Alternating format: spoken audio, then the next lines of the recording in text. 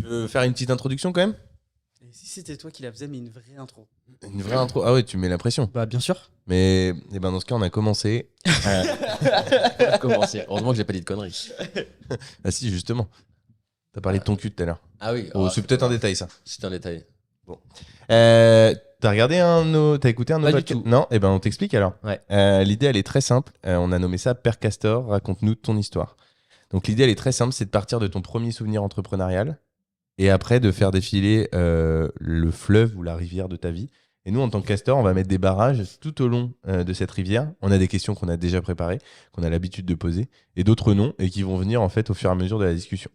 Alors, le temps que les souvenirs reviennent dans la tête, parce que souvent c'est ce qui se passe quand je dis ça, pour te préciser un peu un souvenir entrepreneurial, nous, vendre des cerises à 5 ans, c'est un souvenir entrepreneurial. Ok. Donc, si tu souhaites nous parler de l'achat-revente de baskets en Chine, parce qu'on a eu ce cas-là, si tu souhaites nous parler des pulls Franklin Marshall ou ce genre de choses, c'est des choses qui ont déjà été faites et Ok. qui comptent.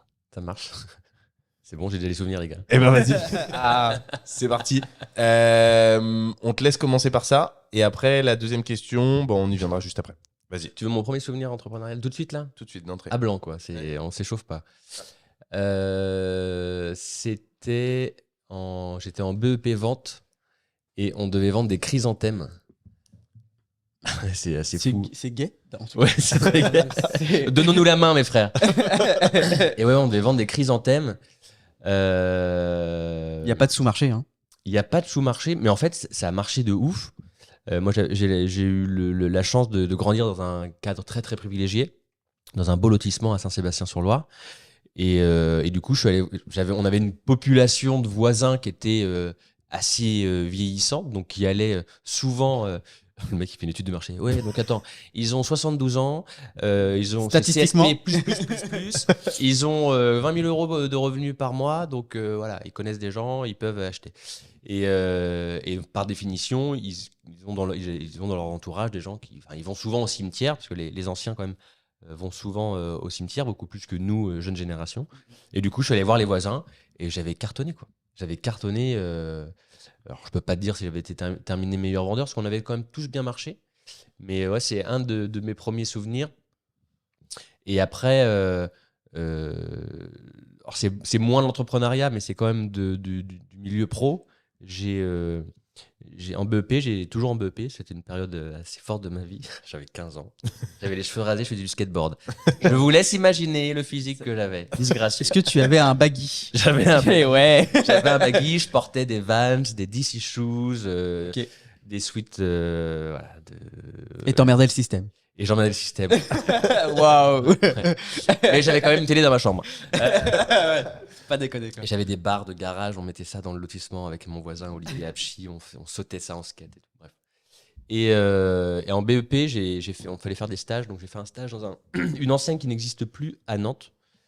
Est-ce qu'elle existe d'ailleurs en France encore? J'en sais rien. Ça s'appelait Connexion, qui vendait du matériel hi-fi, téléphone. À la Baule, il y en avait un. À la Baule, il y en avait peut-être un, ouais. Oui. Avenue du Général de Gaulle, ou maintenant c'est un Digital. digital. Et bah tu sais que ce digital-là, le patron, il s'appelle Marc, et j'ai travaillé avec lui à Connexion. C'est fou, hein. Excellent. Et je suis allé acheter un câble HDMI il y a pas longtemps, il m'a pas reconnu. Mais en même temps, c'est normal. J'étais un peu vexé. Il y a 23 ans de ça. Oh Marco, quand même. On a pris des pots ensemble. Merde. Et donc, il fallait trouver un stage. Donc, j'ai trouvé ce stage-là. C'était 15 jours. Enfin, à l'époque, les stages, 15 jours. J'avais 15 ans. J'avais la chance d'avoir un scooter, donc j'étais assez libre d'y aller. Mais va vendre, même si t'as beau être très extraverti ou très avenant, ce qui était déjà mon cas à cet âge-là, le fait de faire la démarche, d'aller voir des gens, de dire bonjour, vous avez besoin de quelque chose, c'était un peu chaud. Je vendais des téléphones et j'ai un souvenir en fait de cette patronne de magasin qui s'appelait Madame Rancière. Elle était cette femme incroyable. Elle avait monté ce business-là avec son mari. Ils avaient 2 magasins Connexion. Ils avaient les magasins Goodzy, rue d'Orléans notamment. Donc là, le magasin Connexion auquel je vous parle, c'était à Beaulieu, centre commercial Beaulieu. Maintenant, c'est Bershka et Emma réunis. Mais avant, c'était tout ça. Et j'avais fait rentrer mon meilleur pote aussi, un de mes meilleurs potes, Benoît, qui cherchait un stage. Et du coup, on a fait notre stage. Enfin, moi, j'ai fait mon stage. Et après 15 jours, je me fais opérer des dents de sagesse. Et ma mère vient me voir dans mon lit avec les des pains de glace et tout. Elle me dit, tiens, t'as reçu un chèque. J'ai reçu un chèque et tout. Et en fait, Madame Rancière, elle m'avait payé des coms sur ce que j'avais vendu, quoi. Excellent. 15 ans, quoi. Sympa, fair play. Très sympa. C'était pas un gros montant. Ouais. Mais à 15 ans, si tu veux. Ça tu fait un te petit dis- déclic quand même. Ça fait un petit déclic. Et ma mère, très à cheval sur les principes, parce qu'on travaillait beaucoup chez nous. Elle me dit, bah écoute, dégonfle un peu. On peut lui faire peur. Et je t'emmène et tu vas la remercier, quoi. Je dis, ok. Donc je vais la remercier. Et là, elle me dit, elle était, c'était une très belle femme, mais elle faisait très austère, toi. Très froide. Toujours les bras croisés, oui. Oui. Bah, vous la méritez, oui. Ça vous dirait de travailler les week-ends, les vacances?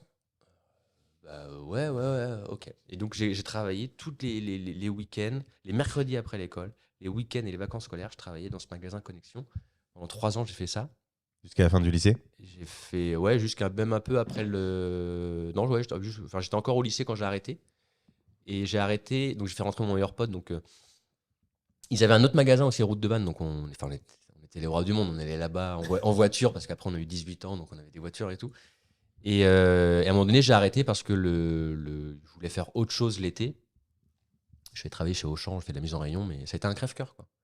Mais c'est une super expérience. Elle m'a appris plein de choses, cette dame-là. Elle était. Les bras, Jean-Charles, pas les bras croisés. Voilà, tiens, faut nettoyer un peu. Et un jour, je vendais de la téléphonie, de la chaîne IFI. Elle me dit un jour, Jean-Charles, vous allez vendre, dès demain, vous vendez des ordinateurs. Ok, j'y connais rien. Mais tiens, ça, c'est de la documentation. Vous lisez ça et à demain. Et tu dis, bah ok, t'as pas le choix. Et en fait, c'est ça qui est cool, c'est que t'as pas le choix que de dire, ok, j'y vais. Tu sens que tu es malgré tout accompagné, qu'on te fait confiance. Et qu'en gros, en te disant ça, on te dit, voilà, si je te dis ça, c'est que je sais que tu es capable. C'est que tu peux faire. Tu peux le faire, exactement. Et ça, c'était cool. Et effectivement, je l'ai fait. Alors, les premières fois, j'étais sans doute très maladroit, ou je lisais la fiche technique. Ce qui est dur, c'est quand tu as affaire à des mecs qui en savent plus que toi. Et c'était à 90%, c'était le cas, tu vois. Alors, surtout est-ce que sur vous ce avez sujet-là. un processeur Intel 2 GHz x3 divisé par 12? Ouais, bien sûr. Il y a une souris aussi, monsieur. Très pratique. Et c'était le début, et c'était génial. Et je suis très reconnaissant de cette femme. Je pense que ce qui est intéressant, c'est que dès le plus jeune âge, c'est que tu as fait un travail où on t'a rémunéré au pourcentage de ce que tu produisais, pas forcément au temps que tu passais. Ouais. Et là, du coup, effectivement, ça doit faire un déclic. Tu dis, si je suis bon, je suis bien payé. Bah en fait, on nous apprenait ça. Moi, j'ai fait les études, c'était pas mon truc. J'ai même pas eu mon brevet des collèges. Comme quoi, les enfants. Vous voyez. Félicitations. Non, mais j'étais en T'as pension. aucun diplôme aujourd'hui? Si, j'ai un bac plus 12. Non, j'ai un bac plus 2. J'ai un bac plus 2, mais Ok. j'étais en pension au collège. C'était génial. Enfin, ça t'apprend du coup. Je travaillais pas, mais ça t'apprend l'entraide, la vie en communauté, le fait de pouvoir compter les uns sur les autres. Les règles. Le cadre. Des fois, d'être aussi un peu malin, d'être un peu méfiant, mais c'était génial. Mais du coup, on ne travaillait pas. J'ai fait un BEP vente parce que ma mère, à l'époque, faut revenir quand même 25 ans en arrière. Hein. Donc, il n'y avait pas les moyens d'aujourd'hui de savoir qu'est-ce qu'on peut faire dans notre vie. Il n'y avait pas les formations qu'il y a aujourd'hui. Et pas Internet? C'était les tout débuts. C'était le tout début. Où, c'était AOL. C'était AOL, exactement. J'avais... Mais on est frères, dis-moi. C'est gênant. Mais on avait un ordinateur. Je te jure, ma mère elle me disait oui, 10 minutes, hein. Ah ouais. Il faut rester pour le reste du mois. Non, mais c'est ouf quand tu dis que maintenant, même les textos, t'étais limité, t'en avais 20 dans ton forfait. Ouais. Est-ce que ça vaut vraiment la peine que je lui écris ou est-ce que ça peut attendre demain? Aujourd'hui, tu te poses pas la question, t'envoies juste un pouce. Ouais. Salaud. C'était génial. Donc, non, mais tu l'as fait, mais je le fais aussi. Donc, voilà, faut revenir dans 20 ans en arrière. Enfin, plus de 25 ans en arrière. Avant. Et je termine juste pour dire que donc, j'ai fait des études, un BEP vente, un bac pro vente et un BTS management. Et on nous a toujours appris, voilà, un vendeur, ça fait sa REM, quoi. Alors oui, il y a une partie fixe, mais globalement, plus tu vends, plus tu gagnes. Ça. Donc ça veut dire, plus tu travailles, plus tu vends, plus tu gagnes. Avant qu'on défile toute cette vie, et en plus qui va être, j'imagine, très riche, est-ce qu'aujourd'hui, pour donner l'appétit un peu à ceux qui nous écoutent, tu peux présenter, donc on a eu ton premier souvenir, maintenant on va revenir directement, avant de défiler tout ça, à qui tu es aujourd'hui, et comment tu te qualifies et quelles sont tes activités aujourd'hui qui te permettent de vivre? Comment je me qualifie? Mannequin, 23 ans. Les gens l'ont vu. Hein. Les gens l'ont vu. Il y a un filtre, j'espère, sur le... T'inquiète. Je suis Il y a pas si- Face- en vrai, je suis FaceApp. pas si dégueulasse que ça, quoi. Il y a FaceApp. Ouais, ça va, je trouve que t'es plutôt beau gosse. Hein. Mannequin pour vrai, là. Ouais, c'est vrai, quoi, ça fait Georges Clooney, quoi. Comment je me qualifie aujourd'hui?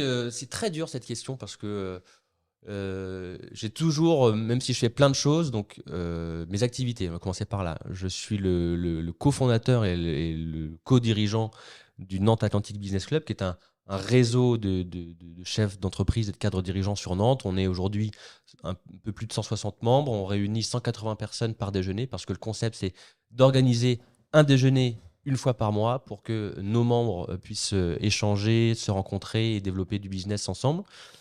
On a aussi une partie un peu de développement personnel parce que le concept des business clubs, c'est qu'à chaque déjeuner, au-delà des rencontres que nos membres vont faire, on fait venir un intervenant de marque.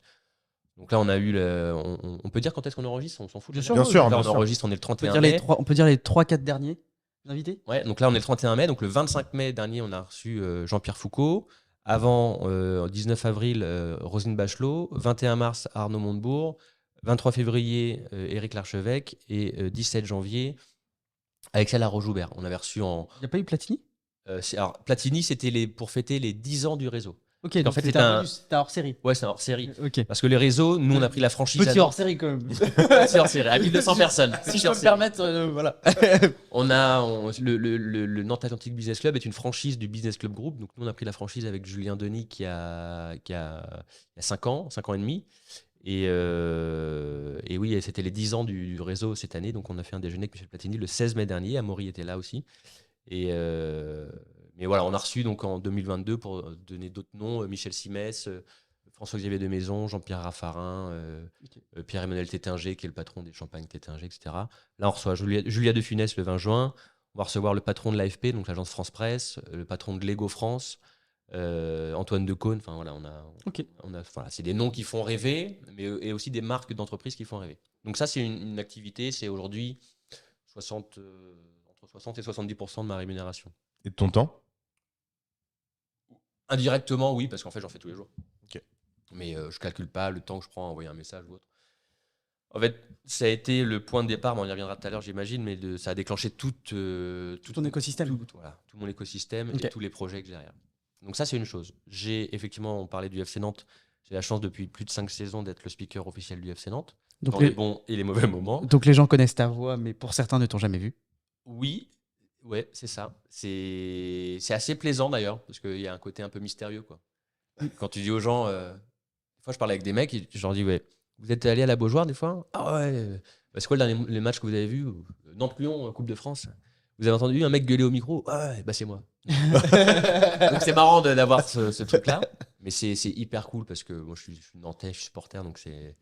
Je dirais pas que c'est un rêve de gosse parce que j'ai jamais rêvé de faire ça, c'est une opportunité, j'ai eu un peu Alors, de chance. Comment on devient speaker du FC Nantes? Mon meilleur ami, Julien Penaud, me dit en 2018, tiens, il y a. Et en fait, il me tag sur Facebook, parce que oui, j'ai encore Facebook. Ok, c'est une autre époque. Un article qui disait Yannick Bigot raccroche après 40 ans, et Julien, mon pote, me dit, bah, vas-y. Donc j'avais un ou deux contacts au club, j'ai envoyé un mail, en fait assez simple, quoi. Bah, voilà, comment on fait pour postuler? On m'a donné le numéro, le mail à l'époque du directeur marketing, Baptiste. J'ai envoyé un message, et il m'a dit ok, il m'a reçu, il m'a dit voilà ce qu'on veut, on veut professionnaliser un peu le métier de speaker, qui était en fait une démarche de tous les clubs de foot. Ok. Il voulait pas seulement un mec qui soit dans le stade, il voulait aussi un mec qui puisse être capable de les accompagner sur les différents événements du club, des petites pastilles vidéo, etc. Donc je fais un entretien de recrutement classique, j'ai fait après un casting le 21 juin 2018, et 10 jours après il m'appelait pour me dire ok, est-ce que ça t'intéresse toujours? Non, laissez-moi, le Real Madrid m'a demandé. Je dis bah ouais, bien sûr. Et je me rappelle, quand j'ai raccroché, j'étais tout seul chez moi, j'ai crié, quoi. J'étais hyper content, j'ai appelé ma femme et tout, et c'était ouf. Donc voilà, il y a le FC Nantes. J'ai créé aussi en 2020 avec Magali Justo de l'atelier Transmédia. Salut Mag. Une web série qui s'appelle Je vous conduis, où je fais des interviews de patrons. Alors la première saison, on l'a fait en voiture, la deuxième saison en vélo-taxi, et là, cette troisième saison, je vais dans les entreprises pour vraiment montrer les lignes de production, voilà, faire découvrir un peu l'envers du décor ou les coulisses. Donc en format vidéo? Enfin, mes vidéos, ouais. Ok. Et j'anime un club APM aussi. Les clubs APM, ce sont des petits clubs qui sont mondiaux. Là, c'est juste de l'animation pure, il n'y a pas de gestion. C'est 20 chefs d'entreprise on réunit une fois par mois sur une journée avec un expert qui va parler voilà, soit d'un thème sur le management, sur Une l'économie, problématique. développement personnel ou autre.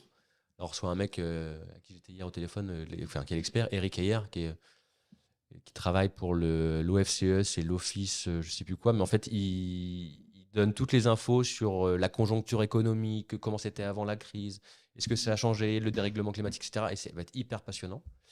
Et puis, je fais de l'animation d'événements traditionnels et puis quelques missions de conseil pour les gens qui veulent mettre un petit coup de boost sur le développement de leur boîte ou la mise en place de partenariats. Et tu dors quand? Et je dors très peu, comme les chauves-souris déjà, la tête en bas. Mais en fait, c'est marrant parce que les gens, quand je dis tout ça, me disent ah ouais, mais tu dors quand? Et en fait, j'ai le temps de profiter de ma femme, de mes enfants, même si eux diront peut-être le contraire. Mais voilà, je rentre le soir, enfin, je découche très peu.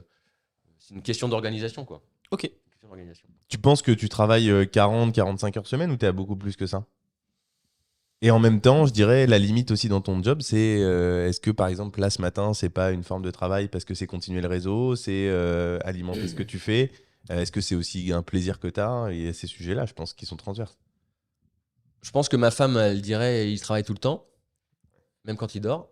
Parce que en fait, la réflexion, pour moi, est une forme de travail. Il y a réfléchir à des sujets, voilà, quel type d'alcool je vais boire ce week-end. Et tiens, j'ai une idée. Tiens, pourquoi pas racheter une boîte? On va faire un nouveau truc. Enfin, et ça, pour moi, c'est du travail. Donc, je travaille beaucoup. Et en fait, j'ai besoin de ça. J'ai besoin D'être stimulé. d'être stimulé, d'avoir un cerveau qui réfléchit beaucoup. Alors, des fois, toutes les idées sont pas bonnes, mais voilà, j'ai besoin d'avoir cette émulation. Donc, ouais, je dirais que je travaille, oui, 50 heures facile. Est-ce que tu penses qu'on peut séparer le pro et le privé? Ou est-ce que tu as complètement abandonné cette idée J'essaye de le faire le plus en plus. Là, on est parti 3 jours avec l'ascension. J'ai déconnecté vraiment complet. L'été dernier aussi, 15 jours, je regarde mes mails parce qu'en fait maintenant tu as tes mails aussi sur ton téléphone, mais je réponds uniquement quand je sais qu'il y a un vrai degré d'urgence. Ok, donc tu as un seul téléphone. J'ai qu'un seul téléphone. Et aujourd'hui, je pars du principe où malheureusement, je ne sauve pas des vies. Je n'invente pas de vaccin, c'est que du business et c'est de la prestat de service. Et que si j'estime qu'il n'y a pas besoin d'avoir une réponse tout de suite à un mail, et bah, les personnes peuvent attendre. Mais ça, il n'y a que toi, Maury, moi, qui pouvons juger si la personne qui nous envoie un mail attend une réponse tout de suite, quoi. Puis c'est en connaissant les gens aussi, tu te dis, tiens, je sais que lui, il aime bien qu'on lui réponde tout de suite, donc un mail aujourd'hui, ça prend 3 minutes à faire. Mais c'est très dur, c'est très très dur. J'aime beaucoup travailler, donc c'est très dur d'arrêter, quoi. Oui, puis je pense que d'accepter qu'en fait, il n'y a pas forcément de... Tout est un peu mélangé. Et puis on déconnecte, on débranche un petit peu de temps en temps, mais jamais totalement. Et je pense qu'il faut pas, parce que quand tu rebranches après, c'est très compliqué. Tu as un peu d'inertie et c'est compliqué.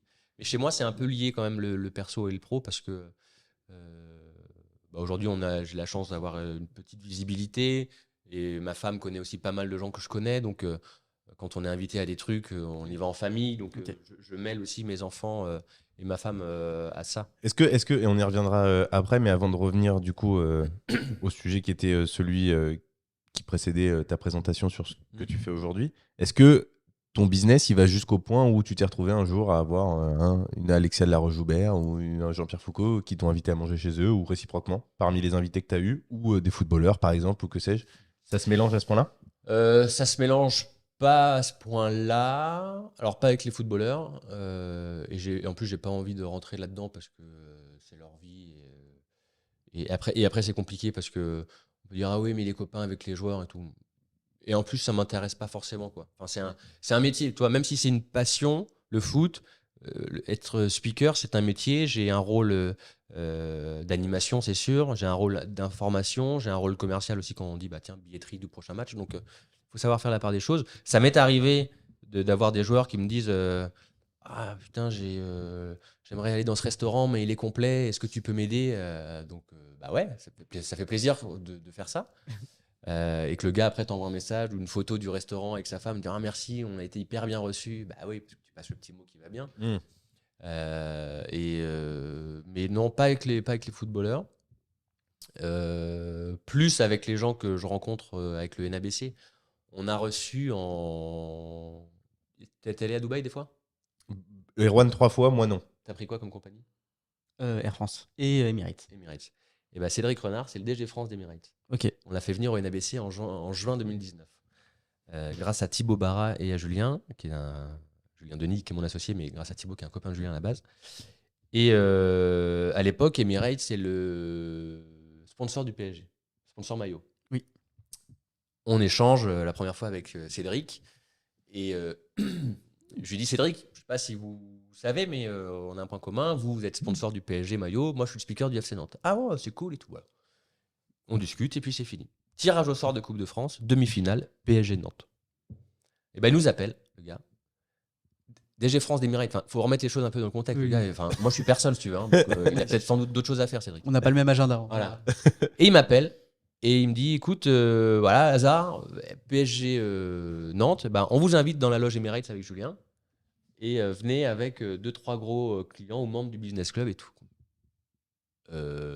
D'accord, donc on a emmené le patron de Manitou, à l'époque le patron de Christophe Hinault de la Caisse d'épargne et tout, et on a passé le niveau de prestation dans la loge. Je me dis, mais je suis dans un autre pays là, c'est pas possible. Et C'est pas la loge du FC Nantes? c'est pas le même stade. Le stade est un peu plus a été refait, donc c'est pas les mêmes moyens. Donc, on parle du Qatar et C'est de vrai Nantes. que Donc, les loges du FC Nantes, ça reste encore hyper familial. et c'est ce qu'on aime. Ouais. C'est un club familial qui appartient aux supporters, qui appartient à l'histoire du foot, comme Saint-Etienne, comme Bordeaux. Il y a quoi qui t'a marqué dans la loge Emirates où tu t'es dit là je suis sur une autre planète? Bah, les hôtesses, elles sont habillées en hôtesses. Hôtesses de l'air. Non, mais c'est vrai. T'as un bar, c'est la moitié d'un A380, tu vois. C'est une réplique. Ah, ils ont reproduit le bar qu'on retrouve dans. Ok. Ouais. Et puis après, t'as les. Donc nous, on était dans un salon, puis après, t'as un peu plus loin, t'as d'autres loges. Puis c'est les loges, bah, t'as la loge Kylian Mbappé, t'as la loge Nike, la loge Presnel Kimpembe, t'as tout ça. Donc c'était drôle. Et on est resté en contact avec Cédric Renard. On l'a fait grâce à sa venue sur Nantes et à la relation qu'on a tissée avec lui, on l'a fait intervenir dans d'autres business clubs. Et l'année dernière, 28 mai, je vais à Roland-Garros avec ma femme. Et on voilà, parler. Ouais, un an jour pour jour. Un an jour pour jour. Enfin, 3 jours près. Ouais. Avec le jeu des relations de gens qu'on connaît, on a Alexis Barbazin qui est un gars qui travaille chez Sodexo, qui est brillant et voilà, qui, grâce aussi à Jérôme Groult, il me dit bah, quand tu es à Roland, tu m'appelles. Quoi. Donc on fait la journée, 17h, plus de matchs sur le central, parce que maintenant tu as les night sessions. Donc on dit bah, qu'est-ce qu'on fait? Et je suis toujours un peu gêné de solliciter les gens. Puis là, je me dis, bon, avec ma femme, on l'appelle, de toute façon, on verra bien. Donc j'appelle Alexis, je lui dis, Alexis, ouais, on est là. Ok, bah allez à côté de l'écran géant, j'arrive vous chercher. Quoi. Le mec, il vient nous chercher, on passe partout, du champagne, des gâteaux, enfin, ça fait une visite non, incroyable, une visite de Roland Garros. Et on va dans la plus grosse partie VIP, où tu as les loges Orange, JC Deco, machin truc, et tu as une loge Emirates. Parce que sur le bord du cours Philippe Chatrier, et l'Anglaine, tu vois un peu les bâches Emirates, même que les bâches BNP. Quoi. Et là, sur qui je tombe? Cédric Renard, qui était là. Excellent. Et donc, c'est Alexis Barbazin de Sodexo qui dit tu connais? Ouais, Cédric, on se connaît. Et Cédric qui me fait rentrer dans sa loge, il me dit tiens, voilà, on va faire ça et tout. Ok. Et tu te dis, ouais, donc c'est plus facile de gérer la relation avec des gens qui sont dans un côté vraiment très, pour le coup, business, les sports. On avait reçu Anne-Claire Coudray. Anne-Claire Coudray m'a dit si un jour tu viens à Paris, tu m'appelles, on fait visiter les coulisses du 20h de TF1 et tout. Enfin, j'en ai plein. La dernière fois, c'est Eric Larchevêque qui m'a sollicité pour que je passe un numéro de quelqu'un. Enfin, voilà, c'est plus facile dans ce sens-là. Est-ce que tu sens une évolution par rapport au début, par rapport à il y a 5 ans et aujourd'hui, l'impact de ce réseau-là sur ta vie de tous les jours Toujours. Tous les jours. Ça ne fait que monter en fait. Ouais, ça reste pareil si tu veux, mais il faut être conscient d'une chose, c'est que le business club, le Nantes Atlantic Business Club, sans ses membres, ce n'est rien. Et toi, tu es un peu l'animateur, le numéro 10 qui distribue tout ça et qui est un peu. Mais si on n'a pas de membres, on n'a pas de club. Ok. Pas de palais, pas de pierre, pas de palais, pas de palais. Mais non, mais c'est vrai. Et les gens pourraient dire, ouais, c'est bon, c'est de la fausse, c'est de la flagornerie. Mais non, c'est vrai. Si on n'a pas de membres, comme une entreprise, si elle n'a pas de clients, enfin, le parallèle est le même, hein, parce que les membres payent une cotisation, donc c'est un peu des clients. Si tu n'as pas de clients, tu n'as pas de chiffre d'affaires, donc tu n'as rien. Aujourd'hui, on a réussi à créer un sentiment d'appartenance assez fort, une communauté. Hier, j'ai encore quelqu'un qui m'a appelé, Bénédicte Neveu, pour me dire, les gars, j'adore ce que vous faites, quoi. Elle me dit, juste avant toi, j'étais avec un mec que j'ai rencontré au déjeuner avec Jean-Pierre Foucault, on était à la même table, j'avais demandé d'être avec lui, j'ai été avec lui, on a pris rendez-vous, c'était facile. Elle me dit, on travaillera ensemble ou pas? Et ça, c'est un truc que nous, on ne peut pas promettre. Oui. Ce qu'on T'es là pour créer promet, des connexions. c'est de faciliter, d'être un vrai facilitateur de mise en relation, d'accélérer cette mise en relation. D'être dans la même salle. Et après, D'être à la même table, déjà. Et la magie opère ou Et opère pas. la magie opère pas. Mais donc oui, il y a une évolution de la visibilité que l'on a. On voit bien, on est sollicité en disant tiens, nous on fait un événement, est-ce que vous pouvez solliciter vos membres pour qu'ils viennent, ça nous ferait plaisir et tout. Là, j'ai été sollicité par la CCI pour dire voilà, on fait une sorte de meet-up avec des entrepreneurs, mais on voudrait parler du réseau. Est-ce que vous pouvez venir parler de l'importance du réseau? Enfin, donc ouais, ça a ouvert des portes, ça a ouvert le champ des possibles, et ça m'a même montré à moi-même que j'étais capable de faire des choses que j'imaginais pas, parce que quand tu entreprends, tu te dis toujours, en fait, tu as toujours le doute, et tu as aussi toujours un peu le syndrome de l'imposteur. Au début, j'avais ça un peu avec le NABC, parce que ça a marché assez vite. Tu te dis, mais attends, en fait, je suis personne, quoi. Tu vois, tu as des mecs dedans qui ont des boîtes depuis 30 ans, qui emploient ne serait-ce que 30 personnes. Il y a 30 personnes qui dépendent de ce gars-là ou de cette femme-là. Ça, c'est fort, tu vois. Moi, je suis personne. Et puis, au fur et à mesure, quand les gens me disent, c'est vachement bien, merci, parce que grâce à toi, tu te dis, ok, tu commences à prendre conscience qu'il y a un petit truc qui se passe. Mais un rôle différent, mais ouais, qui a du sens et qui sert. Et les gens me le disent des fois, non, mais attends, toi, tu permets aux gens de faire du business et de. Ouais, mais j'aurais quand même toujours plus d'estime pour quelqu'un qui emploie des gens. Et dans l'opérationnel que moi, qui, tu veux, je travaille tout seul. Donc, si j'ai une après-midi ou une journée, j'ai pas envie de bosser, je bosse pas, quoi. Ouais. Et est-ce que tu as ajusté un petit peu ton positionnement et ton rôle, c'est-à-dire justement d'être l'animateur, d'être à la fois en retrait pour que ça soit les membres, ou tu es 100% toi, 100% naturel? Je suis 100% moi, 100% naturel, mais j'ai toujours aimé mettre les gens en avant. Ok, donc c'est dans ta nature. Ouais. Et Olivier Talbert, qui est le fondateur des Business Club, il le dit toujours, quoi. Il le dit, il faut faire briller nos membres, il faut les mettre en avant et jamais tirer la couverture à soi. Je ne ferai jamais ça. Alors, je l'ai peut-être fait sans m'en rendre compte. Je prie de m'en excuser. Encore une fois, si le NABC marche, c'est parce qu'on a des membres, c'est parce qu'on fait du bon travail et il ne faut pas se reposer. On a une bonne programmation, on va chercher les gens. Ça, c'est un vrai plaisir qu'on a maintenant d'aller chercher nous-mêmes les intervenants. Et ça, c'est mon kiff. Ok. On revient quand même sur le sujet, le petit moment où du coup tu as validé tes études. Alors, ce qui est intéressant, une petite question par curiosité personnelle, on peut avoir le bac sans avoir le brevet? On peut avoir le bac sans avoir le brevet. Oui, parce que j'ai fait un bac professionnel. J'ai fait un BEP aussi avant. Avant, jadis, aujourd'hui le BEP n'existe plus. Il est inclus dans un bac pro en 3 ans. Avant, c'était 2 ans de BEP, 2 ans de bac pro. Les débuts du BEP ont été assez catastrophiques. Je crois que j'ai travaillé le dernier trimestre de mon année de terminale, où le conseil de classe te dit bon, il y a 2 options, Jean-Charles. C'est soit tu continues comme ça et t'as pas ton BEP, et quid de ton avenir, parce qu'à l'époque on mettait vachement la tête, on fonce la tête, quoi. Ou bah tu changes ta manière de travailler et peut-être qu'un miracle va se produire. Et j'ai changé ma manière de travailler sur le dernier trimestre. Et ça a plutôt porté ses fruits. Ta manière de travailler ou tu as commencé à travailler? Un peu des deux, je pense. Mais en ayant quand même un rythme régulier. Okay. Et une sorte de méthodologie, tu vois. Okay. Et ça a payé. J'ai eu mon brevet, je crois que je l'ai eu à 11 et quelques, mais je l'ai eu. Et par contre, quand je suis allé en bac pro, tu vois, j'ai trouvé... c'est pour ça qu'il y a des gens qui sont enfermés dans leur vie de salarié, qui sont pas heureux. Et le jour où elles trouvent le projet qui leur correspond, qui a du sens, mais c'est les gens qui se révèlent. Et moi, j'ai eu ce cas-là avec l'école, c'est que je suis passé en BEP, j'étais à la Joliverie. Joliverie, c'était une usine, hein, c'est 1200 élèves, enfin, t'as de la permanence quand t'as 1 heure de trou, enfin, voilà. Ah oui. Je suis arrivé à une école rue Crébillon, l'ENSIA. On était 300. Quand il y avait une heure de trou, on pouvait aller à la FNAC. Et en fait, les profs étaient des anciens professionnels. Et on nous a responsabilisés. Et moi, je crois que j'avais besoin d'avoir de l'autonomie, de l'indépendance, de sentir qu'on me fait confiance. Et ça a été la révélation. J'étais premier de la classe toute l'année. Mon bac avec mention bien, 19 sur 20 l'oral d'anglais.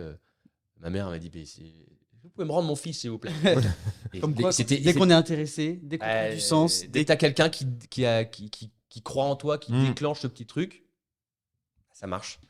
Et je remercierai jamais assez, et je suis toujours très proche de mon école. J'interviens, ils me demandent des fois, le plus possible, j'interviens. Et voilà, Daniel, Monique, Charles, je vous embrasse. C'est fort, hein, il connaît, t'as vu. Moi, j'aime bien que les personnes citent les dates, citent les noms, etc. Lui, il connaît tout. Hein. T'as vu, c'est fort. Hein. Non, mais c'est vrai que Je suis autiste. Je suis Redman, tu connais je compte les cartes. Les cartes bleues, mais les cartes quand même. Ça a toujours été. Tu me disais la dernière fois, on en avait parlé. Ça reste un travail de tous les jours ou c'est un automatisme? C'est devenu un automatisme maintenant. C'est un peu. Je suis assez réputé pour ça, pour la mémoire. Dernier déjeuner, il y a un mec qui arrive. Il était invité par Anaïs, je m'en rappelle. Je lui dis bonjour Sébastien, bienvenue. Le mec, il est resté bouche bée.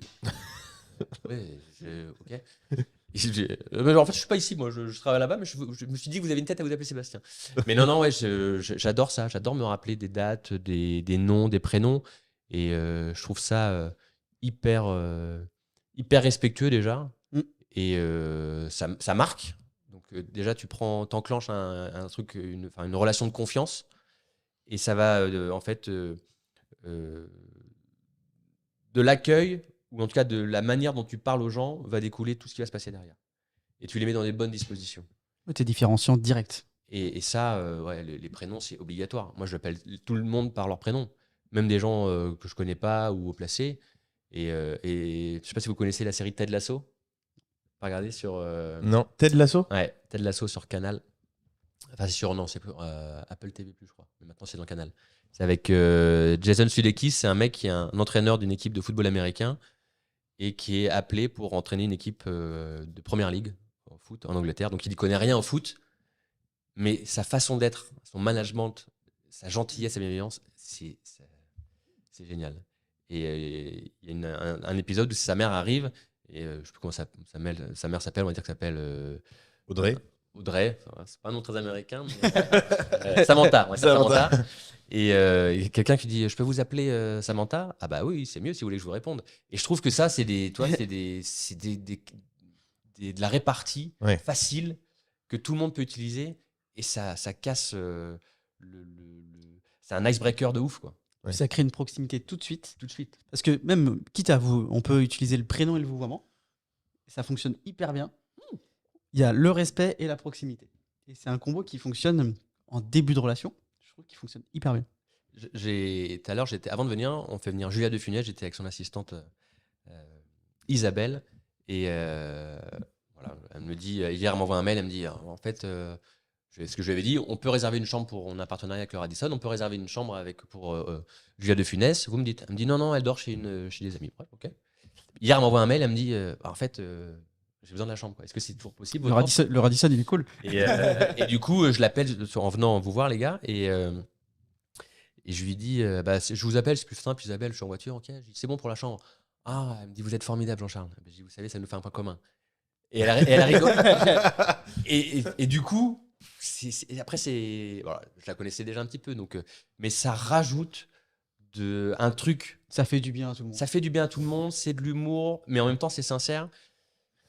Ça marche chaque fois. Comment tu fais pour gérer? Parce que à la fois, ça semble hyper simple quand tu le dis, et en même temps, il y a peut-être des gens qui s'appelaient pas, surtout que toi, tu vois des personnes de tout milieu, ça plaît peut-être pas d'être appelé par leur prénom, ils préféraient que tu les appelles monsieur ou madame un tel.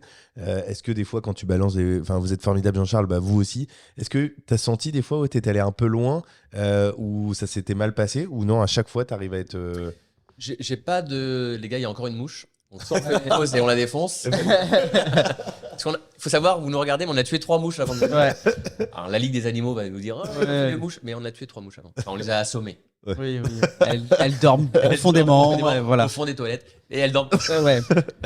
Non, j'ai jamais eu de problème. Je pense que j'arrive à. J'ai pas beaucoup de qualités, mais celle que j'ai, c'est notamment de savoir où je peux aller. Ouais, la limite. Intelligence de Et situation. toi, quand on a reçu Roselyne Bachelot, j'ai des membres qui m'ont dit ah, tu l'as pas titillé comme tu aurais titillé à Michel Simès ou autre. Et je dis oui parce que j'ai senti que j'avais pas besoin de le faire en fait. Donc je sais où je vois la limite où elle est, même si des fois j'ai dû la franchir. Et même, bah, en fait, je me dis les prénoms ils servent à ça quoi. Non, mais Tu vois 100%. enfin, Une Roselyne Bachelot, tu l'appelles Roselyne? ouais, bien sûr. Et ça passe. En fait, moi je pose la question. J'avais fait la même chose avec Raffarin. J'ai dit bon Jean-Pierre, je vous appelle comment? Monsieur le Premier ministre, Monsieur le ministre, Jean-Pierre, Monsieur Raffarin. Et le mec il dit moi Jean-Pierre, c'est mon prénom. Donc quand t'as un mec comme ça qui dit ça, bah si tu veux, non mais les prénoms ça va ça. Ouais. Sinon on s'appellerait tous Monsieur Tardier, Ouais. Monsieur Verdal, c'est quoi ton nom de famille? Alain. Monsieur Alain. Alain. Ouais. Monsieur Alain. Ouais, T'as deux prénoms en un. Ouais, c'est ça. Ok. Ouais, Erwan Alain. donc c'est pour ça, ouais, c'est Ça peut Erwan. composer. C'est Erwan tout le temps. Ouais, avec J'ai- Chefel. Un seul. Ah ça, ok. Donc un vrai Erwan. Un vrai. Ah, ok. Mais non, les prénoms pour moi, ouais, c'est. T'as jamais eu une personne qui t'a dit appelez-moi par mon nom parmi tous les invités que t'as eu? Non. Ok, intéressant. Non, parce que, encore une fois, c'est ce qu'on disait tout à l'heure. Je pense que j'arrive à créer un truc assez rapidement, les mettre en confiance. Parce que j'ai aussi échangé avant avec eux. La première fois que je les vois, c'est pas le jour où ils viennent. Général de Villiers, c'est pareil. Comment je vous appelle, mon général? Non, vous m'appelez Pierre. En fait, je m'appelle Pierre, quoi. Ok. Non, mais En c'est fait, on a tellement l'habitude de mettre les gens sur un piédestal Ouais. qu'on en oublie la base. C'est voilà, L'être humain, le prénom, ce qu'il est. c'est ça, Et puis on peut intégrer du respect bien sûr.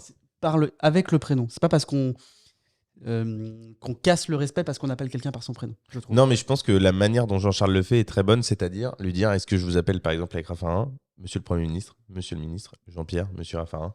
Et donc du coup, C'est ça. JP, Pépère, papa. tu lui laisses le choix. JP49. Implicitement, tu lui dis quand même que, enfin, on comprend que être appelé par son prénom, c'est pas plus mal. Et du coup, il te le donne. Si tu l'appelles d'entrée Jean-Pierre sans lui expliquer ça, peut-être qu'il le prendrait mal. Oui, et puis les gars sont. Alors les intervenants, on les paye, hein, donc ils viennent aussi. Moi, j'attends aussi un minimum de trucs d'eux. Et puis le gars, il est sur scène devant 180 personnes. S'il dit bah non, vous m'appelez Monsieur le Ministre, tout le monde ils vont dire ah putain, ça va, les gars. Tu vois, ils jouent aussi de ça, les anciens politiques, ils sont très forts d'ailleurs là-dessus. Mais c'est intéressant ce que tu dis sur le respect parce que longtemps, j'ai eu du mal à tutoyer les gens. Ok. Et à chaque fois, je disais cette phrase qui est totalement conne.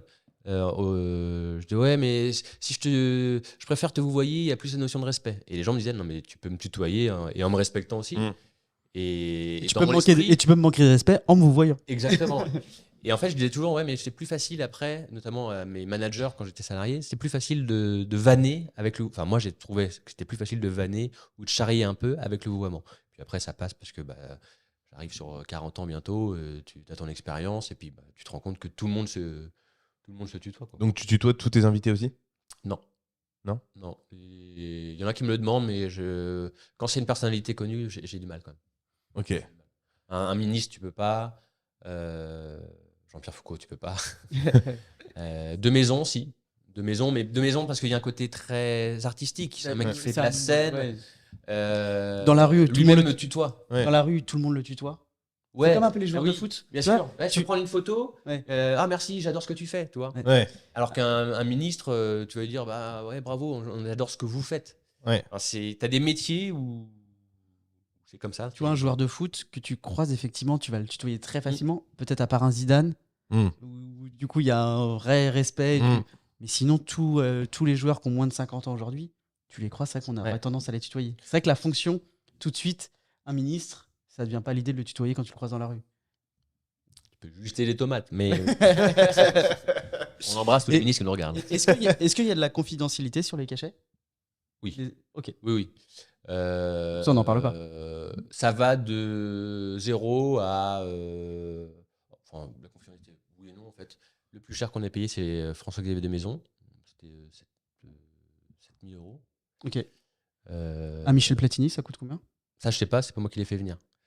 Mais en plus, là, pour le coup, Olivier. Donc qui est je le pose mes fondateur- questions et tu choisis des réponses, c'est ça? Non, mais c'est quoi, j'ai demandé à Olivier parce que, en fonction de son prix, moi, j'aimerais bien le faire venir à Nantes.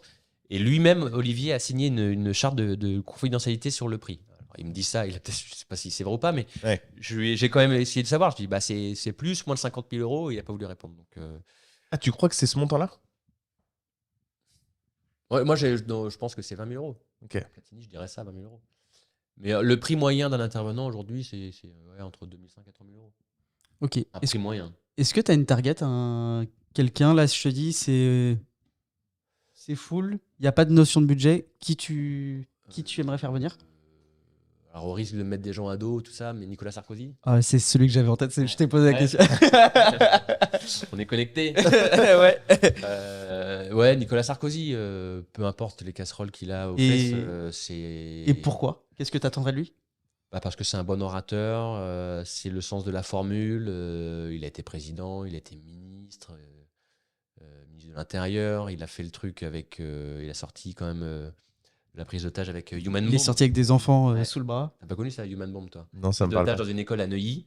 Incroyable. Et Ça, bah, faut- c'est Sarkozy qui est allé négocier avec le mec et tu le vois sortir avec Ah ouais? les enfants C'est de l'école et incroyable. tout, comme dans les films avec Schwarzenegger et tout. Donc, Ça, je te C'était en quelle conseille, année, je ça conseille à tous les gens, juste pour c'était en l'histoire. 94, je crois, par là. Et à l'époque, Comme il est ça. maire de Neuilly. Ouais. Regardez sur YouTube cette scène, parce que faut Ouais. savoir que ça existe. Ah ouais, ça avait dû faire un bruit pas possible à Attends, l'époque. et tu sauves des gamins et le mec a été abattu par le raid. Mais ouais, c'était. Voilà, donc et puis pour tout ce qu'il représente. Puis sa liberté, parce qu'en fait, je pense que c'est un juste milieu, c'est-à-dire entre la liberté de ton, la liberté de parole, mais une gestion parfaite de la communication. Exactement. Et Enfin, de ce que je vois à travers lui, je sais, je vois qu'il peut avoir aussi un peu d'humour, donc ça irait très bien avec nous, mais il coûte trop cher. Nicolas, si vous me regardez, venez au Nantes Atlantic Business Club. On va voir si on est connecté. Et si tu peux inviter quelqu'un de décédé, t'invites qui? Quelqu'un de décédé. Tu vas me dire Johnny, toi, non? Non, ah non. Non. Alors, allez, un indice, très bon orateur. Très bon orateur. Décédé. Décédé. Quand je vais te dire, tu vas dire évidemment. Un orateur, mais c'est quoi son métier? Il a fait tous les métiers. Bernard Tapie. C'est lui. Bien sûr. Bien sûr. On peut, si on voulait, on pourrait faire venir sa femme. Ok. Mais avec tout le respect que j'ai pour sa femme, c'est pas lui. Donc oui, Bernard Tapie, bien sûr. Il a été question il y a quelques années, il y a 2-3 ans, de le faire venir dans les réseaux des business clubs, mais après il est tombé malade et c'était compliqué. Mais oui, le gars a été président de l'Olympique de Marseille, ministre, chanteur, homme d'affaires, acteur. Pareil, le sens de la formule. Enfin, j'aime bien les gars qui ont une répartie très intelligente. On dérive beaucoup là-dessus, c'est vrai, mais en même temps, c'est tellement Mhm. intéressant que j'ai aussi envie d'y rester. C'est qui la personne qui t'a le plus marqué, où tu t'attendais pas à ce type de personnage que t'as intervenant invité? Ouais. Je dirais Philippe Pozzodi Borgo.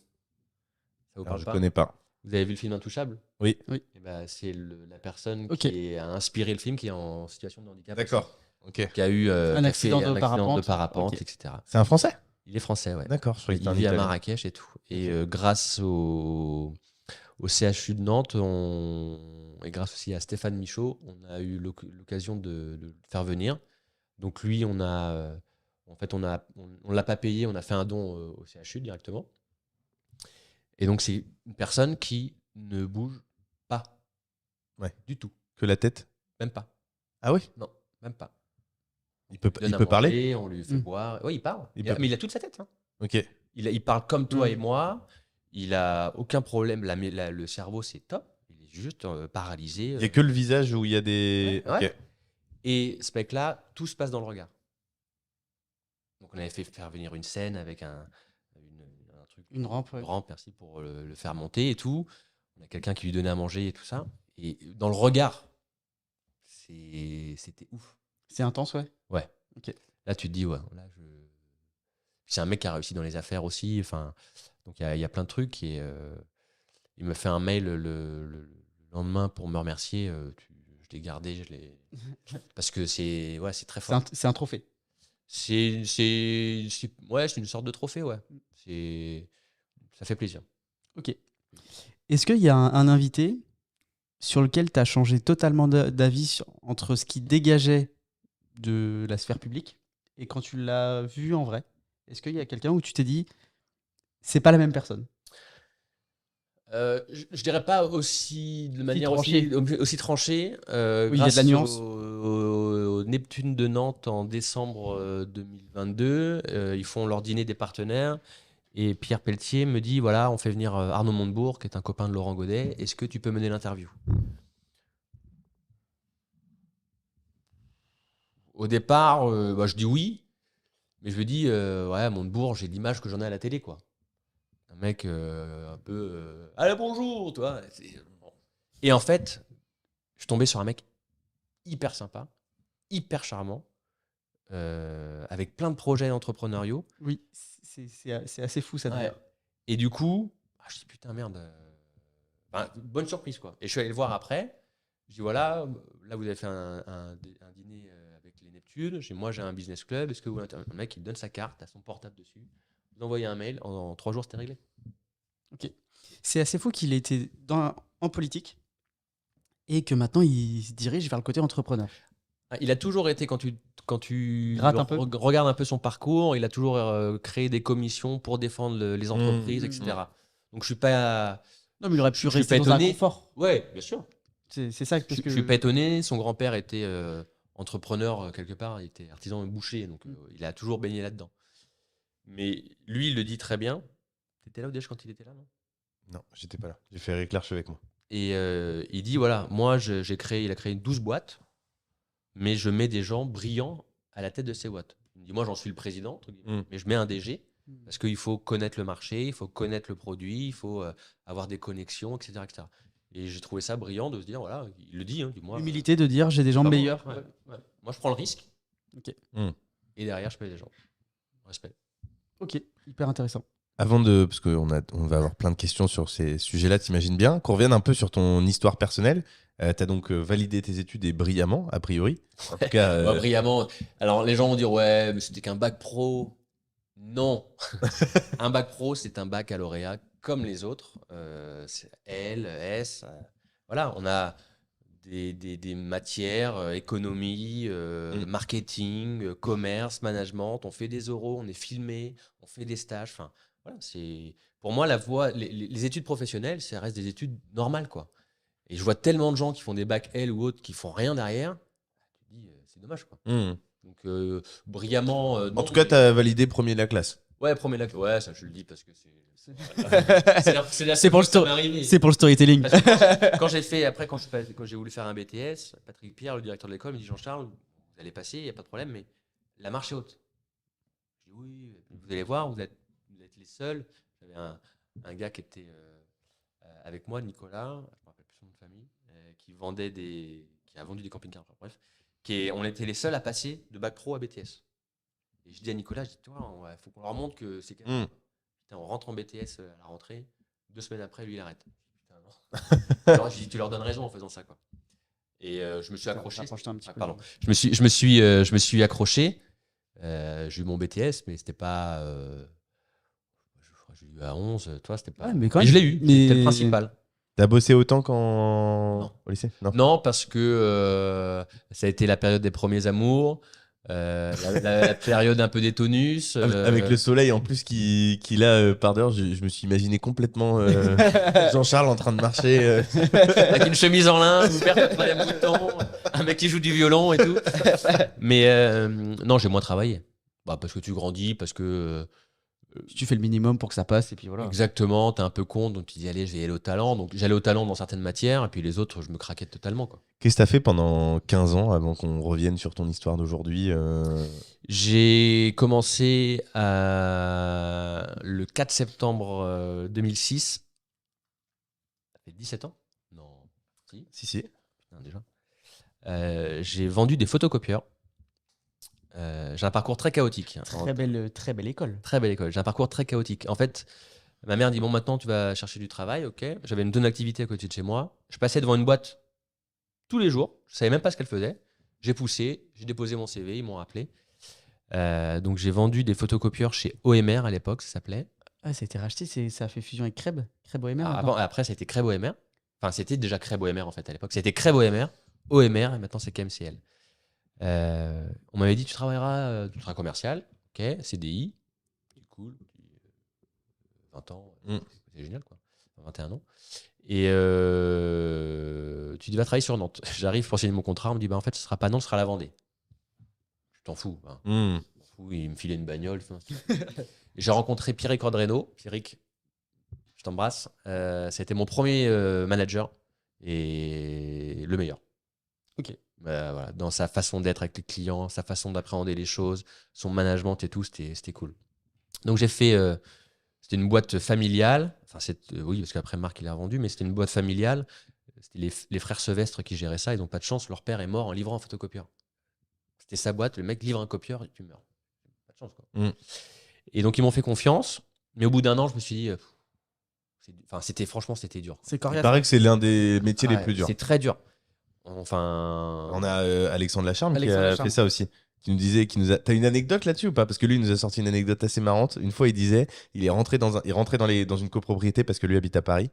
Et il sonne, la dame ouvre et tout au bout du couloir, il y avait la secrétaire qui attendait. Et elle l'a vu arriver et elle lui a fait non, comme ça, avec le doigt en lui disant rentre pas. J'ai pas d'anecdote comme ça. Mon premier client, les gens, la première personne à qui je vends un photocopieur sont des bonnes sœurs. Ah oui. Ouais. Les sœurs de Mort-Maison. C'est un truc tout pourri, noir et blanc. Et j'avais vendu ça, rien. 1000 copies par mois. Je l'avais livré moi-même et tout. Donc, mais c'est un métier très dur parce que. Formateur. Très formateur. Et je regrette absolument pas. Et si c'était à refaire, j'en ferais la même chose. Donc t'as plus peur du nom? Non. J'ai rarement eu peur du nom, moi. Enfin, si, c'est con ce que je dis. J'ai eu peur du nom de ma première expérience à 5-6 ans. Et puis après, tu dis, en fait, Ça fait j'ai partie. rien à perdre, quoi. Bon, c'est déjà non de base. Donc, Et on avait des cahiers blancs et il fallait qu'on justifie du passage en prospection avec un coup de tampon de la boîte. Enfin, c'était. C'était la vieille. Non, mais, Ouais, la vieille mais école. pour le tout, dans le dur, hyper formateur. Et puis face à des acteurs, parce que vous, cette entreprise-là, pour avoir bossé avec, était plutôt light en termes d'agressivité commerciale. Ouais. Vous étiez face à des Ricoh, des Canon, des Xerox. Et des Xerox, Ouais. et où là, Bien c'est sûr. encore c'est un level. Les mecs, ils vendent leur mère. Alors, de toute façon, c'est pas ça. Écoutez, je vous mets un photocopieur et en plus, je vous prête ma fille pour le week-end. Merci beaucoup. Non, mais c'est n'importe quoi. Donc, j'ai fait ça 1 an. Au bout d'1 an, je me suis dit, je m'en vais. Mais c'était dur parce que c'était ma première boîte. Il y avait un vrai sentiment d'appartenance, une vraie culture. Il y avait Jean-Pierre Boudon, Hubert Bodnan, je m'en rappelle, Pierrick Cordreno, forcément, Alain Topin, François. Enfin, les filles, Emmanuel Bossard. C'était génial. On était plein de jeunes. Enfin, on avait une boîte qui faisait plein de choses pour nous, mais c'était quand même dur. Donc, au bout d'1 an, je dis, bon, j'ai envie de voir autre chose. Et je réponds à une annonce pour travailler chez Paru Vendu. Presse gratuite. Vendre de la pub. Je dis, tiens, c'est cool, vendre de la pub. Moi, je m'imaginais déjà comme dans les séries, tu vois. Amener mes planches. Alors là, vous voyez, c'est un monsieur qui court. On tourne la page derrière. Là, il prend le produit. Il dit, c'est bon. Et en fait, pas du tout, parce que mes clients, c'était des magasins qui vendent des pneus, c'était des restaurants. C'était il y a combien de temps, Paris Vendu? C'était en 2008. J'ai fait 2006, 2006. Non. 2006, ouais, 2007, ouais. 2007 ou 2008, je sais plus. Bah, tu nous as dit que tu étais resté 1 an et tu as commencé en 2006. Ça doit être ça. Ou 1 an ou 1 an et demi, je sais plus. Ok. Et c'est marrant parce que j'ai parlé de mes stages en BEP, mais j'ai fait des stages aussi en bac pro et je les ai fait dans un journal gratuit qui s'appelait le HIC, qui est basé à Cholet. Il y avait une édition en Sud-Loire à Saint-Seb. Un peu de piston, c'était ma tante Marie qui était la responsable d'agence. Et puis j'avais ma cousine aussi qui travaillait là-bas. Mais c'était mon premier job de commercial du coup. Tu vois, où je prenais j'avais une bagnole et on faisait des numéros spéciaux pour la Saint-Valentin, des trucs comme ça. Et j'allais voir les gens, je disais, vous voulez pas communiquer pour la Saint-Valentin, pour votre restaurant Et c'était génial. Et mon premier client de ma vie de commercial, ça a été le restaurant Les Coutumes qui est à la Chevrolière. Voilà. On vous embrasse aussi. On embrasse beaucoup de monde aujourd'hui. Et Paris Vendu, ça fait combien de temps? Paris Vendu, j'ai fait 1 an. En fait, j'ai fait 1 an. J'ai rencontré un super pote, on ne se voit plus maintenant, mais Damien Cogordan. Ronan Baucher, qui était mon manager, je l'ai vu il y a 15 jours à Nantes à vélo, donc c'est drôle. Et ma boîte de OMR me rappelle. Ok. Un an après, en disant écoute, on aimerait bien que tu reviennes. On a un peu changé nos systèmes de rémunération, tout ça. On t'aime bien, tout ça. Et c'est vrai que moi aussi, je les aimais bien, quoi. Donc j'ai dit bon, ok, je reviens. J'étais encore un peu naïf. Ça avait changé, c'est vrai, mais pas tout. Mais bon, à la limite, j'étais content de revenir. C'était un peu voilà, là où tout a commencé. Enfin, j'ai 2 ans d'expérience. Ça fait plaisir quand on te rappelle. Ça fait et plaisir, bonheur. quoi, à cet âge-là, tu dis, oh, finalement, Ouais. t'as pas tout faux, quoi. Ouais. J'avais peut-être pas les super résultats, mais en tout cas, la personnalité Ouais. plaisait, quoi. Et j'ai fait 1 an et demi, et après, OMR et une boîte à Bourges, Dactyle, ouais, c'est ça, Dactyle, ont fusionné. Et je m'en rappellerai toujours, parce que François Rimbert, qui était le patron d'OMR, vient me voir, on dit, bah, tiens, je te présente Michel Tatin, qui est le patron de Dactyle. Michel, Jean-Charles, un bon élément chez nous. Et puis moi, je dis, bah ouais, mais en fait, je pars, quoi. je plaque, je donne madame. Parce que j'avais trouvé un poste pour vendre des stands pour les boîtes qui font des salons. Ok. Salon de limo, salon, Ouais. peu importe. Très commercial hein, dans la carrière, par contre. hein. Ah bah, c'est ma formation. C'était quel Ah ouais, poste mais t'aurais pu te réorienter. C'était Click Event, qui était aux Sorinières. T'aurais pu te réorienter. Là, t'es parti. Pur profil commercial. Ah ouais, pleinement. mais je sais faire que ça, en fait. Ok. Je sais faire que ça. Et les gens me disent, ouais, t'as fait des études, t'es journaliste, pas du tout. Mais en fait, ce que vous faites là, les gars, vous me posez des questions. Ouais. Mais c'est une découverte. Ah Donc, bah, faire une interview, C'est une étude de c'est besoin. c'est poser les bonnes questions, c'est une découverte du client. C'est tout. Pas plus, faut pas aller chercher plus loin, quoi. Et donc, je vais vendre des stands, une boîte qui venait de se créer, et ils cherchaient un mec sur la Bretagne. Et je dis, tiens, c'est l'occasion pour moi d'aller dans un secteur que je connais pas, responsable de secteur, et je me suis éclaté pendant 1 an et demi. Et je sais pourquoi je me suis éclaté, parce que c'était une vente théâtrale. J'arrivais avec un kit, on avait un produit qui était révolutionnaire. Allez, paf, paf, touchez le produit. Enfin, je touche le produit. Phare de Paris. Regarde le tissu, regarde, il est beau ce tissu, il est beau, il est beau. Et c'était génial. J'ai cartonné, franchement, j'ai cartonné. Et on avait un directeur qui était très bon commercialement, peut-être le meilleur que j'ai eu. Mais humainement, c'était pas trop ça. Donc, je suis parti au bout d'1 an et demi. J'ai fait une pige de 1 mois et demi, 2 mois chez Groupon. Vous avez connu Groupon? Bah oui, ouais. À l'époque, c'était le lancement, ça commençait Ouais. vraiment à devenir connu. Donc, c'était compliqué, en fait. Tu te dis, il faut aller voir un restaurateur pour lui dire, bon, alors... T'es déjà plein. T'es déjà plein, mais je vais te faire remplir les jours où t'es pas plein. Ça te plaît? Ah ouais. Donc, ton menu, il a combien? Il est à 30. Ok, tu vas le mettre à 15. D'accord? Et sur les 15, je t'en prends la moitié. On signe? Et après, je me dis, mais je peux pas faire ça. Ouais. Enfin, ça va pas. Je me mets à la place du mec, donc vite fait, on s'est arrêté. Et après, j'ai commencé à mettre un pied dans l'IMO. Chez 2012 2012, ouais. Chez un bailleur qui était aussi promoteur et acteur du 1% logement, qui s'appelait Villogia, qui était basé à Lille. Donc, j'ai travaillé 2 ans chez eux, c'était génial. Enfin, avec Bertrand Dessirier, avec Estelle Le Thor, avec Mathilde Gégaud, avec Marlène, avec Jennifer. Enfin, c'était génial. Loïc Fleury, enfin, j'en passe, bref. Et en fait, la boîte a décidé de découper ses activités et la partie 1% logement était plus rattachée à Villogia. Donc, je me suis retrouvé d'une agence à un petit centre d'affaires où j'étais seul. Je dis merde, fais chier, je me barre. Donc, 2012-2014. 2014, c'est l'année où je rencontre Julien, qui est mon associé dans le Business Club. On a fait un entretien de recrutement ensemble chez Hayes, cabinet de recrutement. Un entretien collectif. Et c'est drôle parce qu'on est dans une salle, là, imaginons la salle qu'on est là, on est plein de gens autour de la table, et en face de moi, j'ai Julien. Et très rapidement, je me dis, c'est mon principal concurrent. Ok. C'est Donc, lui ou moi. Tu le connaissais pas avant? Pas du tout. Ouais. Pas du tout. On l'échange, je dis putain, il est bon, il prend le lead sur pas mal de choses, il fait des vannes et tout. Je rentre chez moi, donc la journée se termine. Je rentre chez moi, je dis à ma femme, elle me dit alors c'était bien? Je dis ouais. Il y avait un mec, il était con. Ah, mais le con, un connard. Mais Il me ressemblait trop. ouais. Il a dit la même chose à sa copine. Il dit, je suis rentré. Il me dit pareil, mais il est con. Et on a été pris tous les deux. Et en fait, très rapidement, on s'est dit en fait, on n'est pas con, on est juste fait pour être copains. Et on s'est dit, lui, il est resté 2 ans, moi, je suis resté 3 mois. Et on s'est dit, un jour, on travaillera ensemble, quoi. Et voilà. Donc 2014. T'as eu l'UFC Nantes ou t'as encore eu une Ah non, expérience? c'est qu'en 2018. D'accord, ok. Ouais. Là, tout ce que je vous raconte, c'est ma vie de salarié. 2014, Donc Avec un souhait de tendre vers l'entrepreneuriat, pas vers tout de une. suite. Pas du tout. T'étais très bien dans ce que tu faisais, Ouais, ça te plaisait très bien. Enfin, ça me plaisait, en fait, non, parce que je changeais beaucoup. Et c'était compliqué. Parce que quand tu changes de boulot, ça veut dire pas forcément de vacances en même temps que ta femme, etc. Quand tu as des projets pour faire construire. Voilà. Mais c'était comme ça. 2014, je rentre dans une agence de com spécialisée dans les ressources humaines qui s'appelle Précontact. Pourquoi t'as pas, juste avant qu'on y revienne, pourquoi t'as pas changé avant si tu sentais que ça te plaisait pas? Qu'est-ce qui te bloquait à tendre vers ce que t'as fait ensuite? Le déclic, je m'étais toujours dit, c'est con, hein, mais faudrait bien que ça serait bien pour être crédible, être comme quoi, on est vraiment compte, avoir au moins 10 ans d'expérience.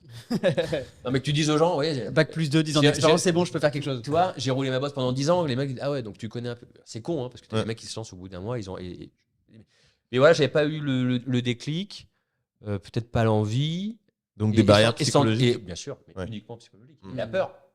Et comment je vis de quoi, je vais faire Mm. quoi, si ça Ouais, marche l'inconnu. pas. Parce L'inconnu. que t'avais une famille aussi, donc Pas encore, pas j'avais encore. ma femme, Elodie, on s'est mariés en 2013. Donc,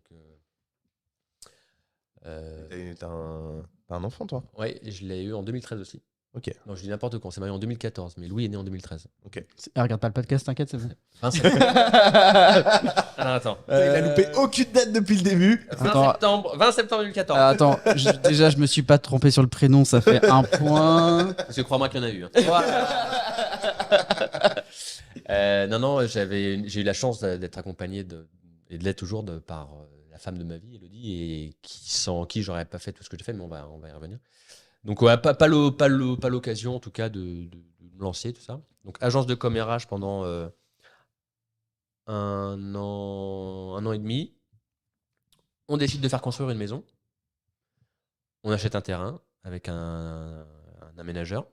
Et le jour de l'état des lieux du terrain, l'aménageur me dit, mais vous voudrez pas travailler pour nous? Je dis, oh, j'y connais rien. Mais c'est pas grave, on va vous former. Nous non plus. Bon. Attendez, c'est juste de l'humain. Hein. Vous savez boire des coups? Bon, ouais. Et je dis, et donc ça s'est fait comme ça, avec Franck Chauvin. Donc, je travaille Quelle pour boîte Acante, filiale de Blo. Ah, Et, t'étais chez Acante. Ouais. Ils ont bien pété en Bretagne. Hein. Ouais. T'as connu Arwan? Tu connais Arwan, non? Krolikowski, non? Non, je les connais pas personnellement, mais parti, je sais qu'ils font beaucoup de projets sur la Bretagne. Je les vois souvent, donc. Et du coup, j'ai fait ça pendant 1 an. Après, j'ai eu l'occasion d'arriver chez Cogedim, promoteur immobilier, responsable développement foncier. Et c'est là où je me suis dit, stop. Je me suis réveillé un jour et je crois pas que je l'ai dit à beaucoup de gens, ce que je vais vous dire. Et mal de tête. Et un mal de tête violent. Je suis pas migraineux, hein. Sauf quand j'ai bu. Mais C'est pas la là, migraine. c'était pas l'alcool. Migraine. Et je me réveillais la nuit et je pleurais. Je dis, mais. Et du coup, tu te dis, mais c'est pas possible, quoi. Enfin, qu'est-ce qui m'arrive et tout. Puis tu comprends après que c'est le boulot. T'as plus envie de faire ça. Tu t'emmerdes, tu te fais chier. Ça n'a pas de sens. Tes collègues, ils sont sympas, hein. Mais tu te fais chier. Donc, tu prends ta bagnole et puis tu tournes. Puis t'attends. 18h. Moi, je rentre chez moi. Tu fais ça. Et mécaniquement, en fait. Et du coup, j'en parle à ma femme. Et puis, Ça a duré longtemps? oh non, ça n'a pas duré longtemps. Ça a duré 15 jours. Enfin, pour moi, c'était pas longtemps. Peut-être pour d'autres, Ouais. c'est pas longtemps. Mais Non, c'est pas longtemps ta prise de décision. Ouais. Moi, je trouve que Ah bah 15 oui. jours, ça allait. Enfin, je m'attendais à ce que tu me dises 6 mois. ah non, 15 jours. Et je rentre de vacances en août. Et je vais voir Ali Mimoun et Jérôme Beauvois, qui étaient mes patrons. Et je leur dis, voilà, ça va pas. Ok. Je veux arrêter pour faire autre chose, pour me lancer. Je ne sais pas dans quoi, mais j'ai envie de me lancer. Mais j'ai dit, j'avais étudié le truc, j'ai dit, je suis encore en période d'essai, ça faisait 8 mois. Mm. Et si je veux pouvoir me lancer et assurer quand même un petit revenu, il faut que la fin de contrat vienne de vous, quoi. Pour que tu puisses bénéficier du chômage. Exactement. Et là, Jérôme Beauvois a une phrase, et je l'ai croisé il n'y a pas longtemps, et je lui ai dit, et ça reste en moi. Le gars est très gentleman, il dit, écoute, ok, on va faire ça. Je dis, bon, ouais. Il me dit, on ne peut que louer l'envie d'entreprendre. Donc, ça va être notre manière de t'accompagner. Ça, c'est la classe. Et après, t'as pu. La boucle, c'est fini. Puisque le Tu sors du bureau, t'es. Salut. Et donc ça s'est pas fait du jour au lendemain. Hein.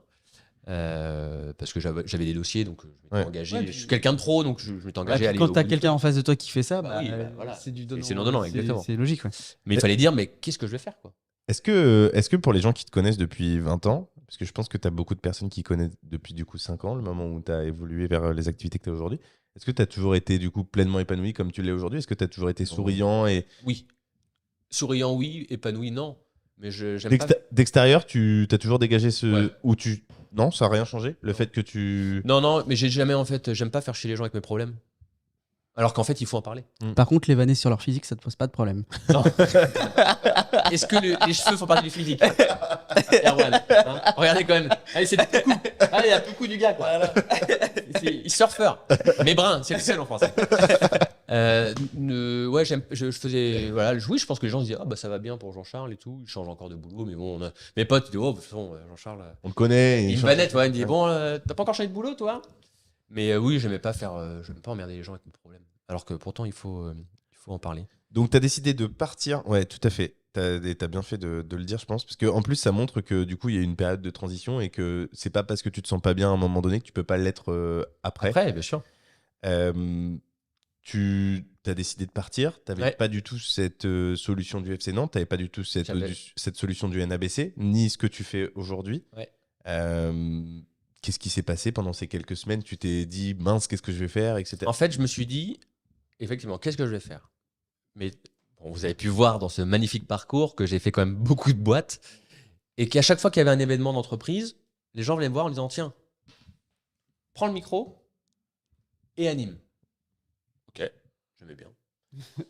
Et puis j'ai plein de gens qui venaient me voir en me disant, ah ouais, c'est cool, c'est ton métier?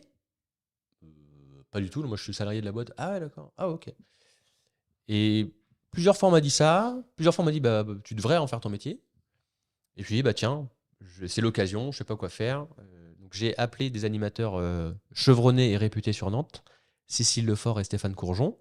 J'ai demandé à les voir pour qu'ils m'expliquent un peu leur métier. Est-ce qu'il y a de la place pour un nouvel animateur sur Nantes? Comment ça se passe, comment on facture? Bah, pour pas péter le marché, parce que si eux facturent 100 et que moi je facture 20, si tu veux. Voilà.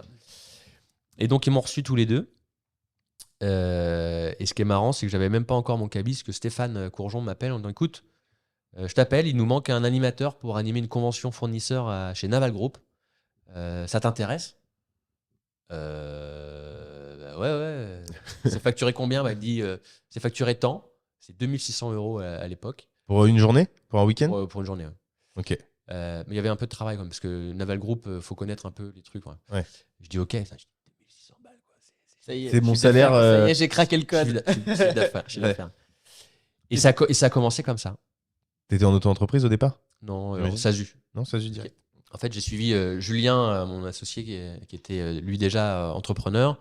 J'ai pris le même comptable, j'ai pris le même banquier, j'ai pris tout comme lui. J'ai dit, ça te Le plaît? package, Ouais. on prend le package. Ah ouais. Mais non, mais tu vois, quand t'as un mec qui te dit, ça se passe hyper bien avec mon banquier, hyper bien avec Ouais. mon comptable, Ouais. Oui, bah, tu moi fais. je veux ça, quoi. Oui, bien sûr. Quoi. Et ça a commencé comme ça. Et en fait, au même moment, le Business Club, j'ai cité Stéphane Courgeon en animateur, mais Oui. il faut savoir qu'à Nantes, il y a deux Stéphane Courgeon. Il y a Stéphane Courgeon, donc l'animateur, et Stéphane Courgeon des bras droits des dirigeants. Stéphane Courgeon, s'était rencontré de bras droits des dirigeants, s'était rencontré il y a 2-3 ans, un entretien de recrutement, puis pour d'autres trucs. Et lui, il écoute beaucoup Stéphane, et il enregistre. Et il m'envoie un message sur LinkedIn. Il me dit, voilà, j'ai été approché par le réseau des business clubs qui cherchent à s'implanter à Nantes. Pour moi, moi, je peux pas le faire maintenant. Mais il me dit, voilà, ça correspond à ce que tu as envie de faire. Il y a de l'animation et il y a le côté business. Putain, donc, je vais voir le site. Donc, allez, Flandre Business Club, parce qu'il y a un club à Lille. Je dis, putain, c'est génial. Ça fait rêver, quoi. La com est belle, il faut venir des super intervenants et tout. Donc, j'appelle Olivier Talbert, le fondateur. On passe 1h30 au téléphone ensemble. Super échange. Bonne vision, enfin voilà. Et il me dit, bah voilà, moi j'aimerais bien avancer avec vous sur Nantes, mais je veux un binôme. Ok, je veux un binôme. Et Julien, on s'était dit qu'on travaillerait un jour ensemble. Je lui envoie toutes les infos, je lui fais un mail, je fais, voilà, je t'envoie ça. Regarde, ça peut être cool. Si t'es chaud, on y va. Si t'y vas pas, on n'y va pas. En fait, pour moi, dans ma tête, c'était Mmh. avec lui Ou pas. ou pas. Donc, je lui envoie le mail, je lui renvoie un texto derrière, je fais check tes mails. Et il me répond tout de suite, il me dit OK, on y va. Donc, on a lancé un business plan. On est allé faire un déjeuner au club de Reims chez Dominique pour voir comment c'était, pour voir un vrai truc, toi. On repart de Reims, on se dit putain, mais c'est génial si on arrive à faire ça à Nantes. Mmh. Effectivement, c'est quoi le modèle économique? Adhésion. Adhésion. Tu payes quelque chose au niveau national? Ouais, on donne 15% de l'adhésion aux franchiseurs. Ok. Et on paye tous les mois une redevance marketing et informatique qui représente 1 500 €. Ok. Et exclusivement l'adhésion. Exclusivement les déjeuners, on gagne pas d'argent en fait. Les déjeuners, on les vend 60 € hors taxe. On les achète en fonction des lieux entre 55 et 59 €. C'est blanc quoi. Et l'adhésion, tout le monde paye la même chose, Ouais. quelle que soit la taille de la structure, peu importe. Ouais. Et ça coûte combien? 2200. Alors où je te parle, 2200 € avec les déjeuners compris. Ok. Mais l'adhésion sèche était à 1 500 € quand on a commencé. On l'a augmenté l'année dernière à 1 600 €. Donc on a augmenté de 100 €, c'est rien. Mais il y a des clubs où elle est à 1 700. Donc nous, c'est le prix qu'on a pour l'instant. Quand tu dis adhésion siège, c'est sans les déjeuners compris. Ouais. Et 2200 si les personnes veulent avoir Exactement. les 12 déjeuners de l'année inclus. 10. 10. Ouais. Ok. Parce qu'il n'y en a pas juillet-août. Non. D'accord. Ah, donc là, c'était ton. Ah non, le Non, mois il reste prochain, juin. c'est Ouais. le Ouais. dernier Je déjeuner me de suis fait l'année. avoir moi aussi. Il y a tellement de ponts au mois de mai, je dis, c'est les vacances. Et donc voilà, on a fait tout ça. Quand tu commences, tu gagnes pas d'argent. Non. Ça Non, prend non. En quoi, fait, on 2-3 ans avant d'en vivre? En fait, on l'a fait au départ de manière un peu. On s'est dit, tiens, on va s'amuser quoi. On l'a pas pris vraiment comme. C'était pas un boulot à. Ouais, c'était un jeu. Un club. Julien avait sa boîte et moi j'avais que ça. Et donc je l'ai pris à bras le corps. Enfin, Oui, toi, t'avais pas le choix, toi. c'est mon bébé. Puis je me suis dit, c'est cool quoi. Et donc, pour la petite histoire, on doit signer le contrat de franchise en décembre à Lille avec Julien. Décembre 2018, 2017. 2017. Ouais. C'était après un déjeuner avec Henri Lecomte. Donc on fait le déjeuner, tout ça. Puis on va pour signer. Moi, j'ai la Genre main de qui- tennis pour les plus jeunes? Ouais. Ouais. Numéro 5 mondial, demi-finaliste Roland Garros en 88. Vainqueur de la Coupe Davis en 91. Enfin voilà, grand joueur français quand même. Et un mec sympa. Et au moment de signer le contrat, j'ai la main qui tremble. Je me dis, mais attends, mais il faut qu'on investisse. Il y avait un droit d'entrée à 25 000 €. Alors, ce n'est pas une grosse somme pour Oui. certains, mais moi, je viens de me lancer. Enfin, en l'espace de 3 mois, ma vie, ça s'accélère, tu vois. Il y a un switch Je là. quitte à mon boulot. C'est Pôle emploi qui me rémunère. Il faut que je trouve. Il faut que je fasse du chiffre d'affaires. Et là, il faut que je sorte 25 000 balles, toi. Je me suis dit, mais si ça marche pas, moi j'ai un rapport avec l'argent, j'ai besoin de sécurité. Donc j'ai dit, putain, j'ai une maison. Enfin, j'ai une femme et un enfant surtout, et j'ai une maison à payer. Si ça marche pas, on fait quoi? Et Julien, qui était déjà blindé à l'époque, il me dit, écoute, moi j'y crois. Je pense qu'il avait perçu en moi aussi la capacité de travail derrière. Il a pris, il a mis l'argent lui. Les 25 000, c'est Ouais, lui. c'est lui. J'ai dit, ok. Ah ouais. Ce qu'on fait, c'est que la priorité, c'est que On te les rend. on les rend. Et après, on fait 50-50. Ouais. Et on a fait ça. Et donc, on signe le 3 au mois de décembre, le 16 ou 17 décembre, ou le 12, bon, bref. Et le 3 janvier, on est dans le bureau du MEDEF pour qu'il commence à... Voilà, je connaissais Fred Barthaud, enfin je la connais toujours, elle est toujours là. Et je dis, voilà, il faut que qui je peux rencontrer, tout ça. Et on a rencontré, on regardait la dernière fois notre agenda de 2018, en 3 mois, en un trimestre, enfin jusqu'au 20 mars même, on a rencontré 80 boîtes. Ok, donc là, c'est des déj, des. Non, tu vas aller voir comme si on était là. Je dis voilà, on fait partie d'un réseau. Oui, non. Bah ouais, moi, je vous présente le Nantes Atlantic Business Club. Ça va être ça. Sauf qu'on montrait que les trucs qui avaient lieu dans le nord de Lille. France. Ouais. Ouais, en fait, c'est les premiers les plus durs à avoir. Ah bah bien sûr. Après, je dis à Olivier, écoute, parce qu'il y avait déjà une franchise qui avait ouvert à Reims et à Strasbourg, plus les clubs qu'il y avait à Lille. Je dis ce qui serait bien, j'ai fait un rapide regard des membres. Je dis ce qui serait bien, c'est que les membres nationaux, moi je puisse appeler les mecs qui sont à Lille, par exemple les Bouygues, les FH, et qu'eux me donnent les coordonnées de leurs mecs. C'est beaucoup plus simple que de dire voilà, Erwan, je vous appelle de la part d'Amaury, qui est votre homologue à Lille, il est dans un business club, il adore ça. Le mec, ok, déjà il est plus attentif. C'est les entreprises pour Bouygues par exemple ou d'autres qui payent, ou c'est les gens qui payent Non, c'est les directement? entreprises. Ah, c'est les Ouais, entreprises c'est les qui entreprises payent pour qui les... pour leurs salariés. Soit le dirigeant, Ok. mais qui paye pour la boîte, Ouais. soit les cadres. C'est pour, ça que Ou c'est pour les entreprises. c'est pour ça que tu parles hors taxe depuis tout à l'heure. Ouais, c'est pour les collaborateurs. Ouais. Ok. Et on a un petit coup de pouce. Je dis à Julien, il faudrait bien faudrait qu'on fasse un article dans la presse éco. Donc, avec Amandine Dubier, qui à l'époque travaillait au Journal des entreprises, elle nous fait un super papier qui est pour nous un super support. C'est crédible. Exact. Et ce qui est fou, c'est que un mec de Lille, de la Caisse d'épargne, passe de Lille à Nantes. Il arrive au membre du directoire, il s'appelle Mathieu Requillard. Il voit l'article et il dit putain, moi je connais ces clubs-là parce que je suis adhérent à Lille. Donc je veux qu'on voit ces gamins-là. Donc ils nous font venir. Nous on leur dit bah, écoutez, c'est vous le CIC, parce qu'on avait une fenêtre aussi avec le CIC. Et les mecs nous ont fait une offre de partenariat qu'on ne pouvait pas refuser. Donc voilà, ça. Et là, du coup, tu es encore crédible x12. Donc, tu as des sponsors aussi. On a la caisse d'épargne. Ok. Et on a eu BM aussi, BMW, qui nous a vachement aidés. On a trouvé Hervé Thomas, qui est le délégué général de l'UMM. Puis on a eu des mecs qui nous ont donné des coups de pouce. Je pense à Mathieu Tanguy, je pense à Jean-François Blanchard. Voilà, c'est des gens qui nous ont aidés. On a fait l'inauguration le 21 mars dans les locaux de la caisse d'épargne. Donc, ton premier déjeuner où il n'y avait pas d'invité Non, encore. non, c'était l'inauguration, vraiment le lancement du club. D'accord. Comment on a réuni les gens, comment ça va se passer, la programmation, ce à quoi vous avez droit, etc. Et premier déjeuner le 24 avril 2018 avec Henri Lecomte. 92 personnes. Ah, premier déjeuner. Ouais. Ah, ok. Ça donne le ton quand même. Hein. Bah, en fait, Comme quoi, avec un peu d'intensité, d'énergie. il faut tout de suite faut taper du poing sur la table et dire voilà. Faut pas oublier qu'on est allé voir des gens qui ont pris le temps de nous recevoir. C'est pas pour faire du pipi de chat, quoi. Hmm. Nous, on Donc, est là d'entrée, pour. t'avais 92 personnes. Ouais. 92 personnes qui ont signé à 1500 Non, ils n'ont euros à pas l'époque. signé. Les 92 n'ont pas signé. On a eu, je crois, 25-30 adhérents rapidement. Le premier, c'était Charrier TP, Ok. Paul Basiro. Et Ils les sont gens, en là fait, sont. Super non, boîte. ils sont plus là. Ok. Les gens sont. Mais après, les gens venaient voir pour. Voilà. On donne la possibilité de venir faire un déjeuner découverte. Ben, on a des gens qui ont profité de ça et après, on dit ok, on y va. Quand tu dis on va recevoir Henri Lecomte, Christophe Coppen, Marc Tiercelin, Nelson Montfort, Nicolas Devilliers, Gaspard Ganzer et Philippe Bloch, quand tu as une visibilité sur 6 mois, les gens disent ok, On peut peut-être y aller. c'est sérieux, ça tient la route. Mm. Après, c'est à nous de faire bien notre job, d'animer, de fédérer, de relancer, enfin, de gérer un centre de profit de manière. Le point d'équilibre financièrement, il est à combien de 65 membres 65 et 70 membres, ouais. Et aujourd'hui 160.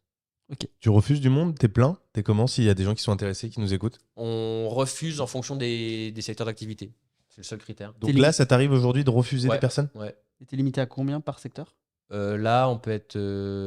C'est 1 tous les 40 membres. Donc 0 à 41, 40 à 82, 80 à 122, un troisième, 120 à 164.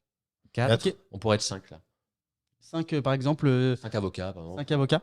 Par contre, tu as des partenariats comme tu parlais de la banque. Ouais. Là, ils ont fermé le côté Ouais. bancaire, Ouais, c'est cloisonné. ouais. Ok, très bien.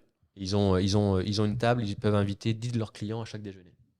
Ah oui, Ah donc ouais. c'est un vrai partenariat. Là, c'est. Ouais. Ok. C'est pas le même statut qu'un membre. Ah non. tradit. Non, on les associe à tout. Et on est très reconnaissant du travail qu'ils font avec nous. Laurence Renaud, maintenant Marine Amias, parce que Mathieu Requillard est parti. Il y avait Ludovic Renaud aussi, Christophe Leblanc. Enfin, non, on a des bonnes relations avec la Caisse d'épargne. Si les gens ils veulent te contacter, qui nous écoutent pour venir ou discuter du club, ils peuvent te contacter où? LinkedIn, Jean-Charles Verdal. ouais. Je vais répéter plusieurs fois, sinon c'est 06 21 76 66 11. 06 21 76 66 11. C'est le Voilà. premier numéro de téléphone qu'on donne sur le podcast. Eh ben, toi, Ah, ça c'est ouf. Donc les gens peuvent te contacter direct. moi, j'ai pas de problème. Bon, de Parfait. toute façon, tu tapes Jean-Charles Verdal sur Google, ça te fait venir sur LinkedIn, et sur LinkedIn, il y a mon numéro de téléphone. Parce que tu peux le scraper. Bah, Ou il non, est non, directement. non, il lit directement, je crois Il que est je l'ai mis. Mais moi, j'ai pas. Enfin, encore une fois, je suis personne. Donc, je vais pas péter plus haut que mon cul, comme on dit en campagne. Mais voilà, mon numéro. Non, non, mais les je gens vois. m'appellent, je réponds, j'essaie de répondre à tout le monde. Voilà, même les supporters du stand qui m'écrivent sur Messenger ou Insta, j'essaie de répondre à tout le monde, ou Twitter, j'essaie de répondre à tout le monde. Enfin, il faut. Je passe mon temps, et on en a parlé quand on était à Lille tous les deux, à Maury. On manque cruellement de gens qui considèrent les gens. Mm. Il faut considérer les gens. Il faut leur donner, voilà, leur faire comprendre qu'on qu'on s'intéresse à eux. Moi, On a eu le cas d'ailleurs, sur la fin de notre échange.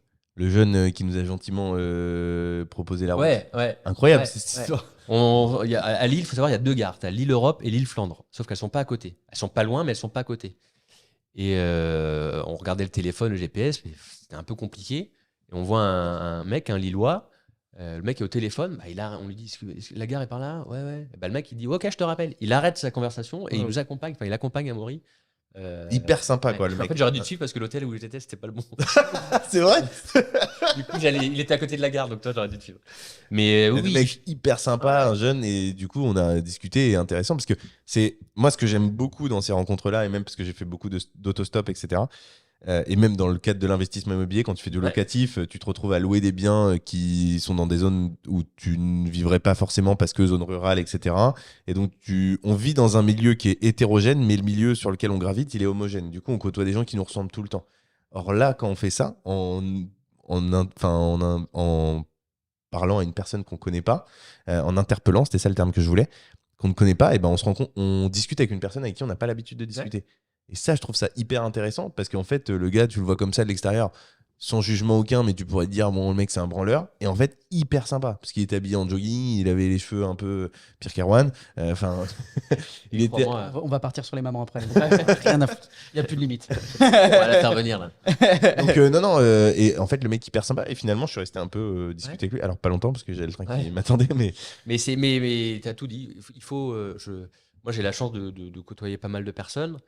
Des fois, j'appelle des gens qui ont des boîtes. Les mecs, ils gèrent 500 personnes. Ils sont hyper accessibles.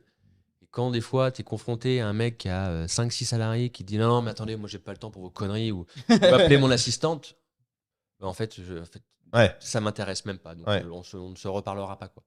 Et on manque cruellement de ça. Et je pense que c'est. Alors, je ne veux pas faire un discours, faites l'amour, pas la guerre, mais voilà, considérer les gens, prendre le temps de poser quelques questions. Ça mange pas de pain, comme on dit, ça prend 3 secondes. Aujourd'hui, du coup, tu es ouvert à monter jusqu'à 200, 250 adhérents? Non, on est bien, là, on a une taille bien, parce qu'il y a toujours, chaque année, il y en a qui s'en vont. Une petite rotation. Et voilà, il y a une Et rotation. combien de personnes à peu près tous les ans? On a un taux de renouvellement qui est à 90%. Donc, Ok. Oui, donc. mais là, c'est le mercato en ce moment, j'imagine. Non, en fait, nous, les adhésions, on en a fait tous les ans. Tu peux nous rejoindre en janvier, en février, ok. en mars, en avril. Donc, on a des grosses périodes qui sont novembre. Parce que le Covid nous a quand même aussi impacté. Et le Covid, on a fait le choix de dire aux gens, voilà, on ne lance pas les renouvellements des cotisations parce que on ne va pas vous faire payer une prestation qu'on n'est pas en mesure de faire, parce qu'on ne pouvait pas réunir les gens. Donc, on a fait un message à nos membres en disant, voilà, on vous prélève pas. Par contre, le jour où ça repart, on compte sur vous, quoi. Les mecs, ils disent, ok, tout le monde a joué le jeu. T'as pas fait de visio ou quoi que ce soit Non, pendant le Covid? Le réseau national en faisait une, mais c'est pas ça Pas qu'on vend. ouais, puis c'est pas à la hauteur de la cotisation, t'estimais? Oui, puis le visio, c'est chiant. Enfin, être sans visio, le mec qui a mal branché son micro, Ouais. ou qui leur met pas quand il parle. Donc... Ton micro, Michel, ton micro. Ouais, c'est un Voilà, les gamins qui viennent, la connexion qui peut pas être ouf. Petit coup de stress du coup à ce moment-là ou pas? Au Covid. T'avais déjà suffisamment lancé tes business? Ah pour que ça non, t'es un coup de stress, ouais. Tu te dis merde. Comment C'était pas si mal paru vendu? tu dis, t'avais la sécurité de l'emploi, quoi, mais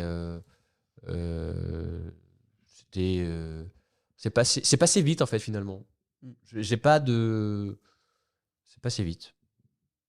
Aujourd'hui, Ça a peut-être même été bénéfique, tu vois. ah ouais? Ça t'a reposé un peu? Ça m'a pas reposé, mais après les gens avaient tellement envie de se retrouver Ah oui. que pour nous ça a été en fait peut-être un accélérateur. Ouais, donc finalement ça t'a été bénéfique pour. Je pense, ouais. Il y a très peu de business en fait, nous qui rencontrons pas mal de monde, où on nous dit le Covid a été un problème. Un faux air de François Civil. Je sais pas qui c'est. Ah ouais, t'as vu le film Five ou Bac Nord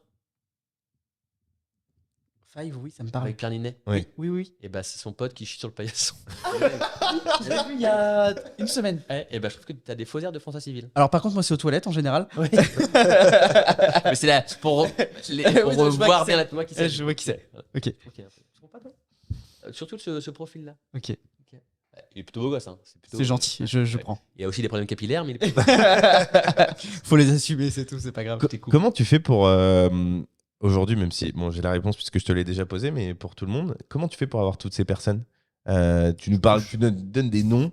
Ça pourrait sembler un peu surréaliste pour tout le monde. Et en plus, ce qui est intéressant, c'est que, je vais reprendre son terme, mais on pourrait dire que avant ce que tu faisais, tu étais une personne next door, c'est-à-dire que tu étais une personne comme tout le monde, tu n'avais pas un réseau je suis particulièrement. toujours une personne comme tout le monde. J'ai juste beaucoup de numéros dans mon téléphone. Un WhatsApp différent.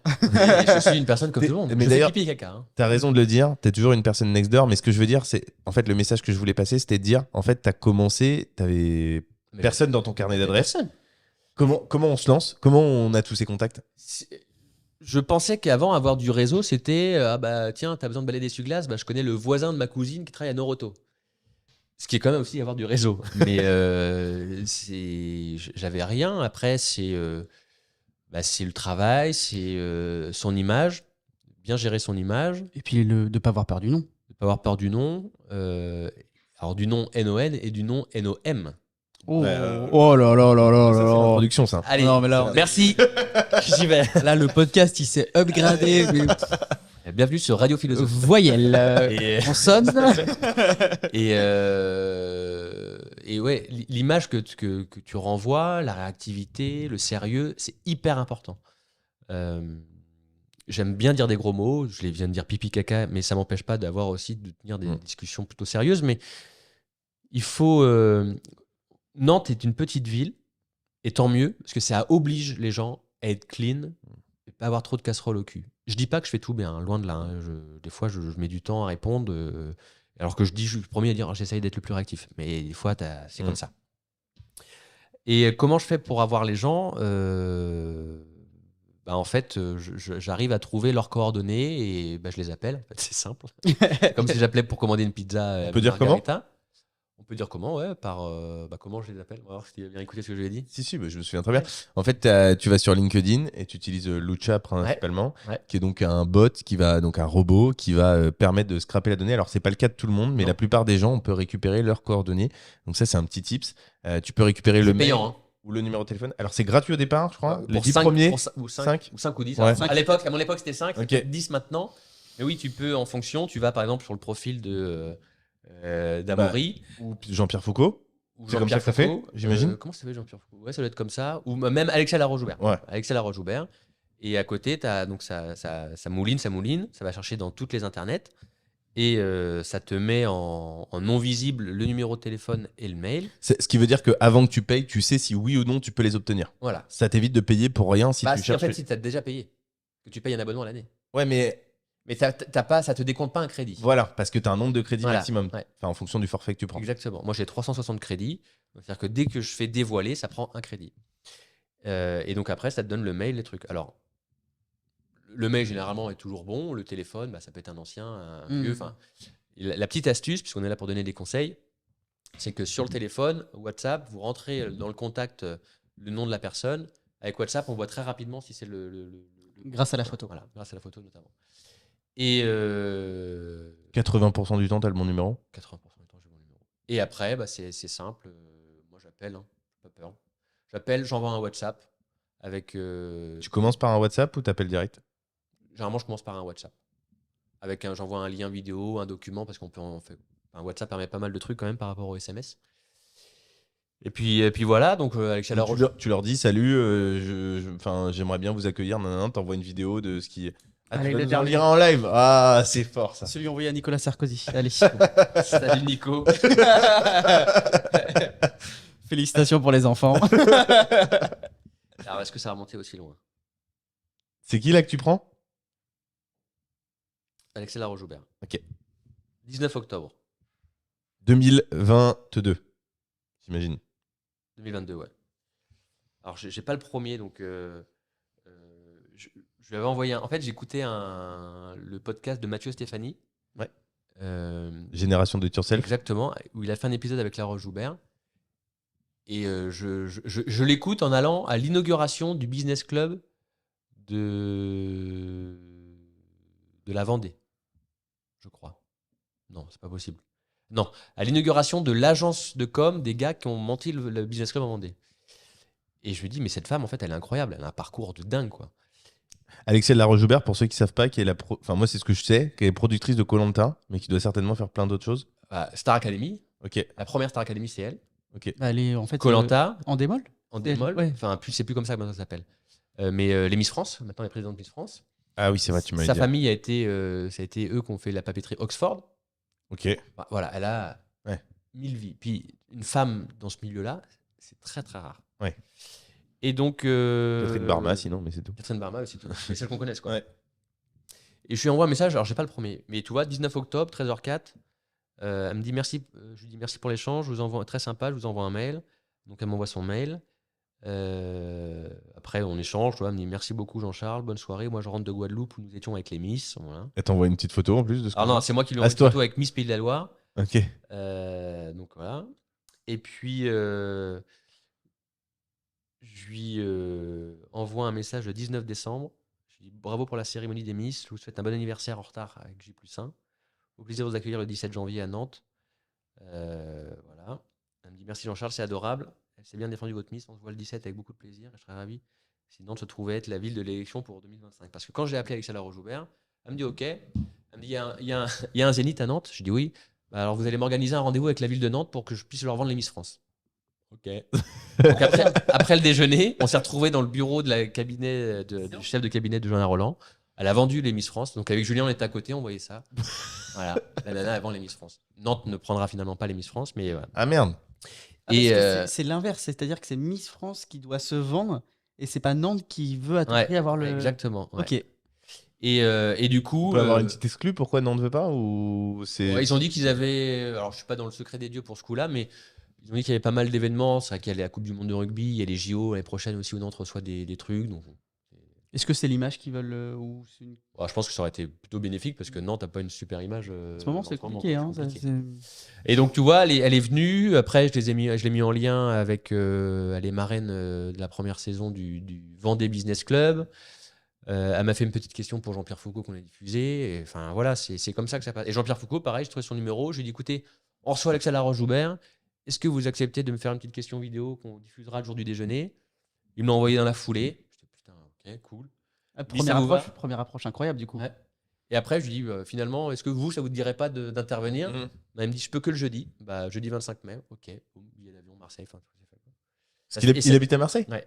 C'est des gens, par curiosité, parmi tous ceux que tu as eu, c'est des gens qui sont vraiment pris. Tu sens qu'ils ont des agendas surréalistes ou c'est quelque chose qu'on imagine et finalement ils ont le même temps que toi et moi. Alors, je pense qu'ils peuvent bien s'organiser. Ça dépend. Si tu leur dis on est mercredi, est-ce que vendredi vous pouvez venir? Ils vont dire bah non. Ouais. Mignon, mais non. Ouais. Mais là, tu vois, 19 octobre, 17 janvier. Ouais. Bon, 3 mois. Il y en a où tu prévois un an à l'avance? Bah là, le président de Lego France, c'est prévu en janvier prochaine. Mais parce qu'en fait, j'ai mes autres dates qui sont prises avant. Donc Oui, c'est ça. Dans les, T'aurais dit 2 mois avant, c'était bon. oui, je pense que. dans les mois à venir, là, c'est qui le gros. Ah, on a Antoine Decaune quand même, c'est pas mal. Ouais. Ok. Tu vas rigoler avec lui, hein, sur On scène. va rigoler. On a le T'as un air d'Antoine Decaune en plus. Ah ouais, Un petit peu, je trouve. Ouais, c'est gentil. C'est la journée des sosies en fait. Ouais, c'est ça, ouais. Ouais. Par contre, on n'a pas trouvé pour toi. Attention à ce que tu veux dire. On peut peut-être se marier un peu. tiens. On a quand même le président de l'agence France Presse aussi. L'agence France Presse, c'est l'organe numéro 1 de la presse qui valide tout. Il faut savoir que Anne-Claire Coudray, par exemple, quand elle fait le journal de France le journal de TF1, pardon, elle a 2 écrans. Elle a le direct de France Télévisions et un écran avec toutes les dépêches de l'AFP. S'il y a une urgence, s'il y a un truc. Ah, je sais pas. Édition spéciale. Zidane est mort ou tu vois, ou tremblement de terre, je sais pas. Donc l'AFP, toi, comment on gère l'AFP? Comment on recrute les journalistes? Comment on décide de les envoyer là-bas? Comment ils rédigent? Est-ce qu'il y a une écologie? Enfin, t'as plein de Est-ce choses, qu'on est quoi. politisé, pas politisé? Est-ce qu'on imprime une marque, pas une marque? Voilà. Comment on peut être vraiment impartial sur l'information si tant est que Comment c'est possible? comment on recoupe les sources? Enfin, il y a plein de trucs. Et Fabrice Frise, pareil. Lui, pour le coup, je lui ai envoyé un mail parce que j'ai un mail préfet ou avec un objet demande d'intervention. Ouais. Je mets toujours prestations rémunérées. Soit ils prennent pour eux, soit ils donnent un fonds ou une asso. Ils sont libres. Et je lui explique maintenant, on a reçu quand même pas mal de monde, donc c'est plus facile aussi. Oui. Faut pas croire que les mecs me disent je oui comme ça. Quand on a reçu du De Maison, du Raffarin, du Bartoli, du Jean-Pierre Papin, du Général de Villiers, enfin, les mecs se disent, ok, s'ils ont fait Oui. ces gens-là, c'est qu'il y a peut-être un intérêt. Quoi. Mm. Donc, voilà, En termes de crédibilité, au fur et à mesure, ça ça avance. ça pèse un peu. Et le mec, je termine juste, je lui envoie un mail. Je sais pas s'il a reçu, donc je lui envoie un texto, un WhatsApp. Je lui dis voilà, bonjour Fabrice, vous êtes sur mon mail et tout. Et le mec m'appelle. Je suis en rendez-vous avec un copain, on prend un café lundi dernier, pas là, mais lundi la semaine dernière. Et on dit, je vois Fabrice Fries appelle. Je dis ok, tu me donnes 2 minutes. Et le mec, oui, j'ai vu votre mail et tout, ok, d'accord. Et voilà, après, on se met d'accord, les dates, c'est bon, c'est fait. Ça a pris Ce qui est- 2 minutes en fait. Ce qui est brillant, c'est qu'il y a une vraie vision business. On en avait parlé sur le pont d'ailleurs à Lille, où tu me disais que en fait, tu laisses le choix aux personnes en leur disant si vous voulez, le cachet peut être pour vous, ou alors le cachet peut être à une association. Et ça, c'est fort parce que, en effet, tu peux, si tu dis le cachet pour vous, les gens peuvent avoir une image en se disant bah non, mais c'est pas très sain, etc. Et là, tu laisses le choix.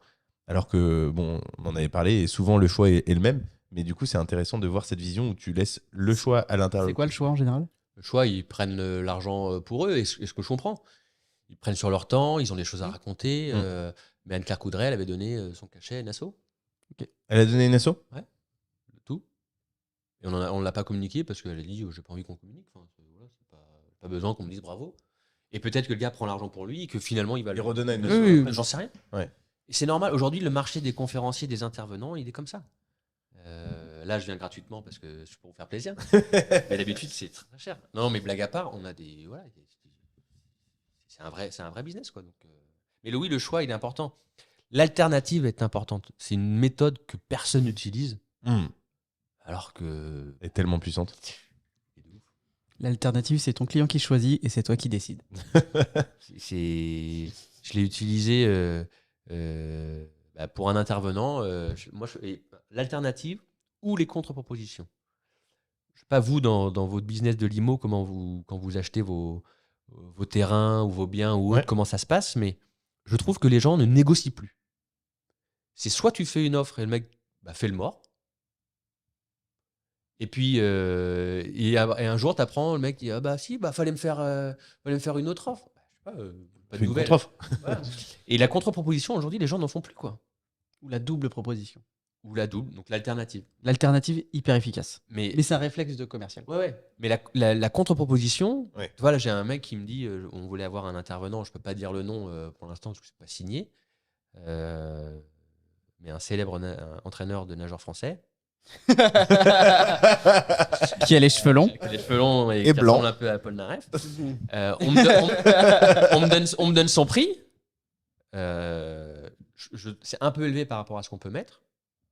Le gars, au lieu de dire bah non, merci, c'est gentil, je dis ok, je suis très heureux qu'ils viennent. Par contre, moi, je fais une contre-proposition. C'est ça.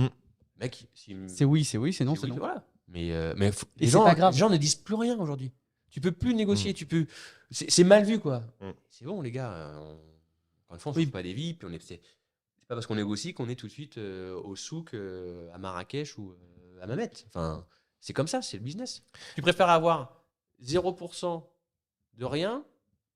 Non, c'est pas ça la formule. Franchement, si tu vas la faire, elle va être bien. hein. Ouais.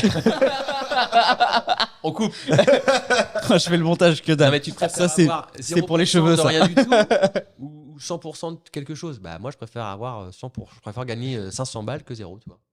Je suis pas sûr qu'on était encore sur la bonne forme. Non. Voilà. On peut tromper 1000 fois une personne. Prenez un chewing-gum Émile. Pour les plus jeunes, c'est La Cité de la Peur, magnifique film des Tu préfères ne rien avoir d'un ensemble ou une partie de quelque chose que tu partages? Ouais, un peu c'est ça. l'idée sous-jacente. Ouais, c'est. Ouais. Je la retrouverai, c'était même pas ça. Je la retrouverai et on la mettra dans les commentaires. On la mettra en commentaire parce que là, Mais 14 minutes qu'on dit sur sa phrase. c'est sûr. T'avais kiffé? Ça va me hanter, je vais la chercher. Question pour mon petit copain Binge. T'avais kiffé Tony Parker? Tony Parker, c'est Benjamin, il m'a fait un cadeau de ouf. Quand il m'appelle pour me dire je veux faire un congrès de l'immobilier à Angers, je veux que tu l'animes et en guest il y a Tony Parker. Le vrai? Et c'était dingue. Enfin, Tony Parker, l'aura du gars, les gens qui connaissent pas le basket ou le sport se rendent peut-être pas compte. Mais le gars, c'est un des meilleurs sportifs français de tous les temps. Ce qu'il a fait Il a de l'autre fait, côté là. Il y a peut-être Victor Wembanyama qui va peut-être le refaire, mais pas à cette échelle-là. Puis ça sera à jamais le premier, enfin, Ouais. Tony Parker. Puis il a un côté business très fort. Il investit, il prend le temps. Tu te rappelles la nana? Il y a une nana. T'étais là au congrès là? Non. Victoire. Putain, pour une fois que j'ai un prénom et pas toi. Il y a une. Ouais, je l'aurais pas trouvé. En plus. Victoire Frankenball. Il y a. Ah, bah ça. Ah, mais c'est parce que je la connais. Bien. Et on l'embrasse, Victoire. Non, tu veux savoir? Non, c'est même pas ce que tu imagines. En Ah, plus. bah, j'ai rien imaginé. Il y a que toi qui ris bêtement. Hein.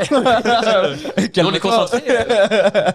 Je l'ai coaché en investissement immo. Et d'ailleurs, Victoire vient de terminer son premier achat d'appartement qu'elle a rénové et qu'elle loue à Marseille. Donc c'est pour ça que je la connais bien.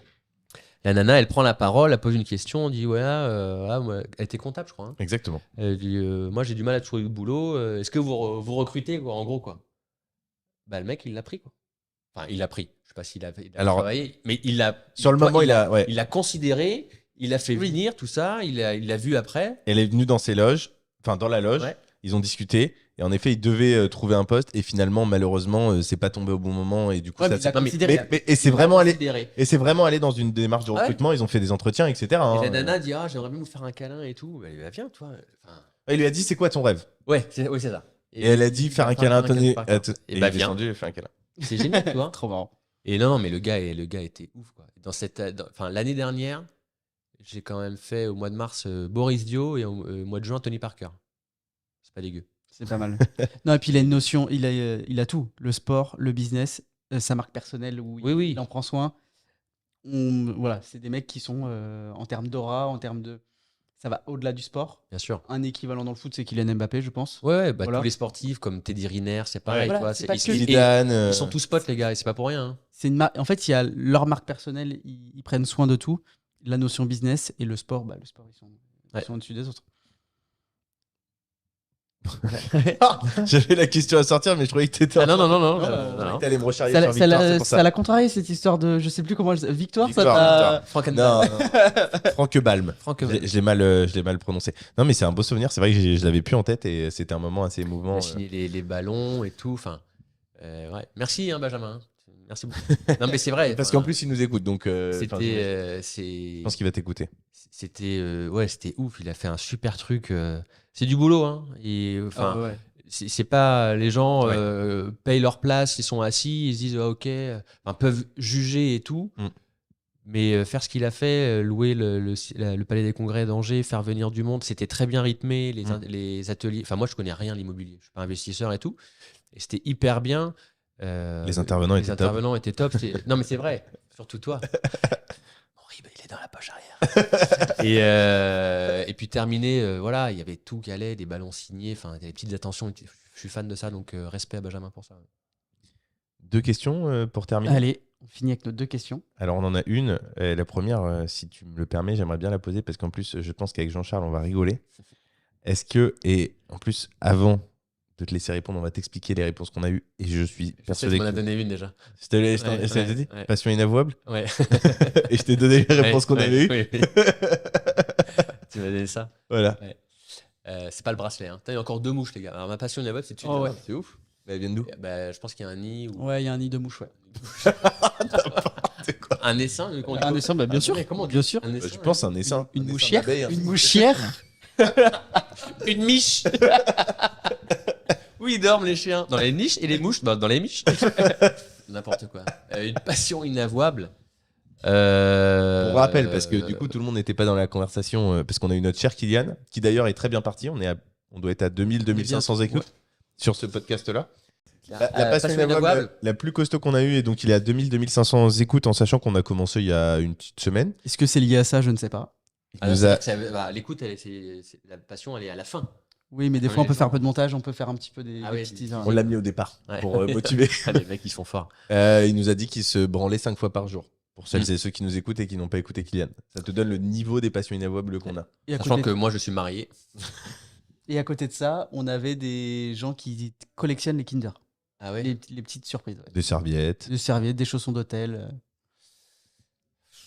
Il y a un truc que tu fais que. J'ai pas. Franchement, je suis en train de me dire, en fait, j'ai une vie de merde parce que j'ai pas de passion. J'en étais sûr. À part mes enfants. Waouh. Le mec bien. Je veux dormir. Je vous embrasse, mes enfants. Louis qui va avoir 10 ans et Paul qui va avoir 4 ans. Et ma femme, bien sûr, Elodie. sans qui tout sera, c'est tout ça. Je l'ai pas dit assez, mais c'est vrai. Je voulais juste faire une aparté. C'est que quand on entreprend, je connais pas vos situations perso, mais c'est moi mon pseudo succès, si tant est qu'il y en ait un, il est en grande partie dû à ma femme, à son accompagnement, à son soutien. Et ça, bon, pour rien au monde, enfin, voilà, je suis Accepter le hyper risque. reconnaissant. Bien sûr, accepter le risque. Supporter. Mm. Supporter les absences, tout ça. Donc voilà, je suis hyper reconnaissant et je te remercie, ma chérie. Et je t'aime. Et ça se voit. Et Sauf que quand tu mets ah bon des stories, Oh, non, ça y est. j'allais dire un truc sympa en plus. Ouais. Alors, mes passions web, non, j'en ai pas en fait. En Une- fait, une, ça sera suffisant. moi je chante beaucoup. Ok. Je chante beaucoup et j'ai fait N'oubliez pas les paroles. Ah, c'est vrai? Ouais, j'ai fait N'oubliez pas les paroles en 2014. Ça va faire 10 ans l'année prochaine et j'ai gagné 20 000 euros.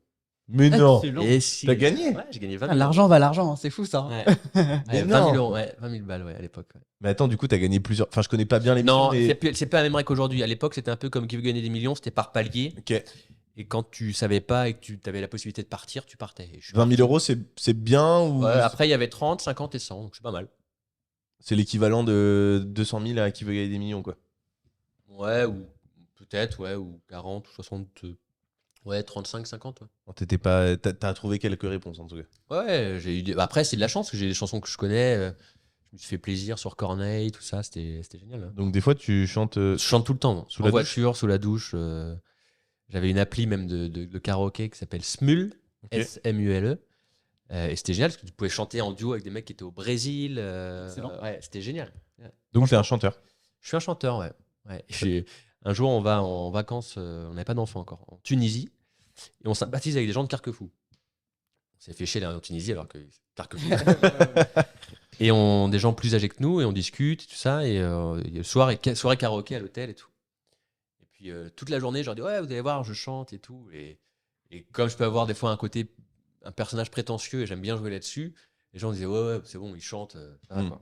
Et donc je vais chanter du Stevie Wonder. Et je chante, première note, la nana.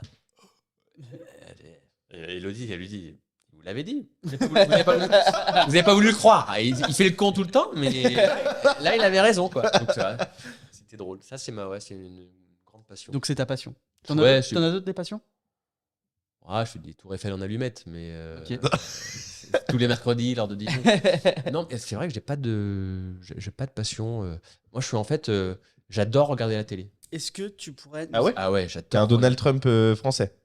Peut-être. Il adore regarder. Il regarde moi, je peux énormément. regarder la Il mange télé. beaucoup McDo. Je sais pas si c'est ton cas. Si. Mais j'adore regarder la télé. J'adore zapper. J'adore Tu regardes ça. quoi? Tout? Le journal? Le journal. Tu as Claire, tu lui envoies un message tous les soirs. Pas mal ce soir, un peu moyen hier par contre. Les audiences, j'ai regardé, c'était pas terrible. Non, mais je regarde les chaînes normales. Après, t'as du Netflix, t'as du Amazon, t'as du Canal, t'as les séries, etc. BFM, enfin, des conneries aussi. Famille nombreuse, enfin, l'équipe, Desperate. C'est très, très varié. Mais Est-ce que tu regardes des séries type Les Marseillais ou ce Non. genre de choses? non, j'ai arrêté ça. Donc t'as regardé? J'ai regardé Les Anges de la télé-réalité, mais je te parle de ça il y a 10 ans? quand Ouais, il y avait 10 ans. Nabila. Ouais. Enfin, c'était le début. Ouais. C'était c'était nouveau, puis c'était rafraîchissant, puis j'avais C'était pas la léger. même. Ouais, C'était léger, j'avais pas la même vie qu'aujourd'hui, Ouais. donc j'avais un peu le temps. Mais la télé, moi j'écoute beaucoup la radio aussi, parce que je suis beaucoup en voiture. Et ça me nourrit en fait. Ça permet d'avoir de la Tu culture prends des idées, générale, tu ça prends permet d'avoir effectivement des idées, de plein Les de choses. podcasts aussi? Les podcasts, ouais. T'écoutes Mathieu Stéphanie, Ouais. Génération de Castor Sur. aussi, tu disais, t'écoutes? Pas mal. Bah ouais, bien sûr. Ouais. Ouais. Et tiens, une petite surprise pour les auditeurs. Est-ce que J'ai donné mon numéro de téléphone. qu'est-ce qui se passe quand il y a un but du FC Nantes? Et bah, Est-ce qu'on pourrait pas le faire maintenant? Alors déjà, on va choisir un buteur. On va choisir, Putain, en ce moment, c'est dur. choisir Ludovic Blas parce que c'est Meilleur joueur actuellement. Meilleur potentiel du moment. Ouais, On va dire. si, il nous a, enfin, si, c'est. Il nous a mis un beau but en c'est demi-finale, Le game changer de l'équipe, tu vois, mais quand il y a but, c'est toujours gênant de toujours le faire. Allez. Ah bah ouais, mais tout le monde Ça l'a fait but pour le FC Nantes. Après, t'as la musique. J'aime bien mettre en avant le passeur aussi, donc je dis sur une passe de Quentin Merlin, buteur numéro 10, Ludovic. Et là, tout le monde prend place. Je fais ça 3 fois et c'est génial. C'est des... Magnifique. J'ai pas de frisson parce que c'est vraiment ridicule. C'est fait par un professionnel. Hein. Ne faites pas ça chez vous sans échauffement. C'est très dangereux. Dernière Est-ce qu'il y a une question qu'on ne t'a pas posée et que tu aurais aimé qu'on te pose? Un sujet qu'on n'a pas traité, que tu aurais aimé traiter. Ouais, le PIB du Pérou, enfin, je trouve que c'est important. Eh ben là, vas-y, les gars. tu t'es foutu dans la merde tout seul. On Ah, t'écoute. donc, la capitale du Pérou. Moi, Lima. je sais. Ah, c'est la capitale du Pérou? Non, interdit. Carton rouge. Le Pérou. Ah, j'ai compris Brésil. Ah, J'ai compris, ouais. J'avais pas compris la question. J'avais Ouais, compris qu'est-ce que vous connaissez sur le Pérou. Bah, Lima, ça marche Ouais. aussi. Hein. Ça marche aussi. Et moi, j'allais dire que là-bas, ils ont la tête qui est plate derrière. Parce qu'en fait, quand ils sont petits, je crois qu'il y a une croyance avec la lune. Et du coup, ils mettent une sorte d'assiette qui fait qu'ils ont le crâne plat derrière. Non, c'est vrai, en plus, c'est un vrai truc. Donc, j'allais répondre. Mais j'avais pas la bonne question. On clôture là-dessus. Oh, vous êtes des enfoirés, en vrai. C'est pas Bah, hyper fair écoutez, play. écoutez, Merci. de nous avoir suivis jusqu'au bout. On a passé un excellent moment. Merci à Ah, toi. on clôture vraiment là. Ah, on va clôturer, bien sûr. Ouais. Mais t'as raison. Ouais. Est-ce que tu as passé un moment? C'était top, ça passe hyper vite. Il est 17h30. On y est depuis 8h ce matin. Génial. Non, mais c'est génial. J'adore. En fait, j'adore Parler de quand toi. il m'appro. J'ai pas montré, c'est un super. Mes photos de vacances, ouais. C'est ma femme et mes enfants. Mais non, quand il m'a proposé ça, Maury, en fait, j'adore livrer mon expérience parce que ça peut. Encore une fois, je suis personne. Mais si ça peut donner l'idée aux gens, juste le fait de dire putain, ok, en fait, le mec il s'est lancé. Enfin, faut pas oublier qu'on est en France, on est un beau pays quand même, et qu'on a des aides. Et que quand on peut se lancer avec Pôle emploi, ça nécessite forcément d'avoir travaillé avant. Faut le faire, quoi. C'est un joli coup de pouce. C'est un joli coup de pouce. Soit vous prenez tous les mois la même chose, soit vous prenez un capital de départ pour monter votre boîte. Mais, enfin voilà, tout n'est pas bien en France, mais il y a quand même vachement de trucs qui sont bien. Et il faut le faire. Donc si ça peut donner l'envie à quelqu'un de se lancer, voilà, il faut croire en ses rêves. J'ai envie de me mettre des coups de couteau quand je m'entends parler parce que c'est débile, mais c'est vrai en fait. Il faut oser se lancer, il faut bien s'entourer, il faut bien être accompagné par des conseils, par les amis, la famille. Eric Larchevêque, il dit voilà, parlez de vos idées. On va pas vous la piquer. Oui, puis ça Parce vaut qu'en rien. plus, Ça vaut votre rien. idée, elle vaut rien tant qu'elle n'est pas exécutée. Et puis l'idée que vous avez, il y en a plein qui l'ont déjà eu. Donc voilà, lancez-vous, prenez des risques. Je terminerai sur une citation que j'adore. Et on clôturera après. C'est Benjamin Franklin qui disait il y a plusieurs moyens de ne pas réussir, mais la plus sûre, c'est de ne jamais prendre de risques. Et voilà, il a plié le game quand il a dit ça. Je l'ai bien connu en plus. Et ben magnifique. Merci à vous et à la semaine prochaine. Merci, Jean-Charles. Merci beaucoup, les gars. Salut.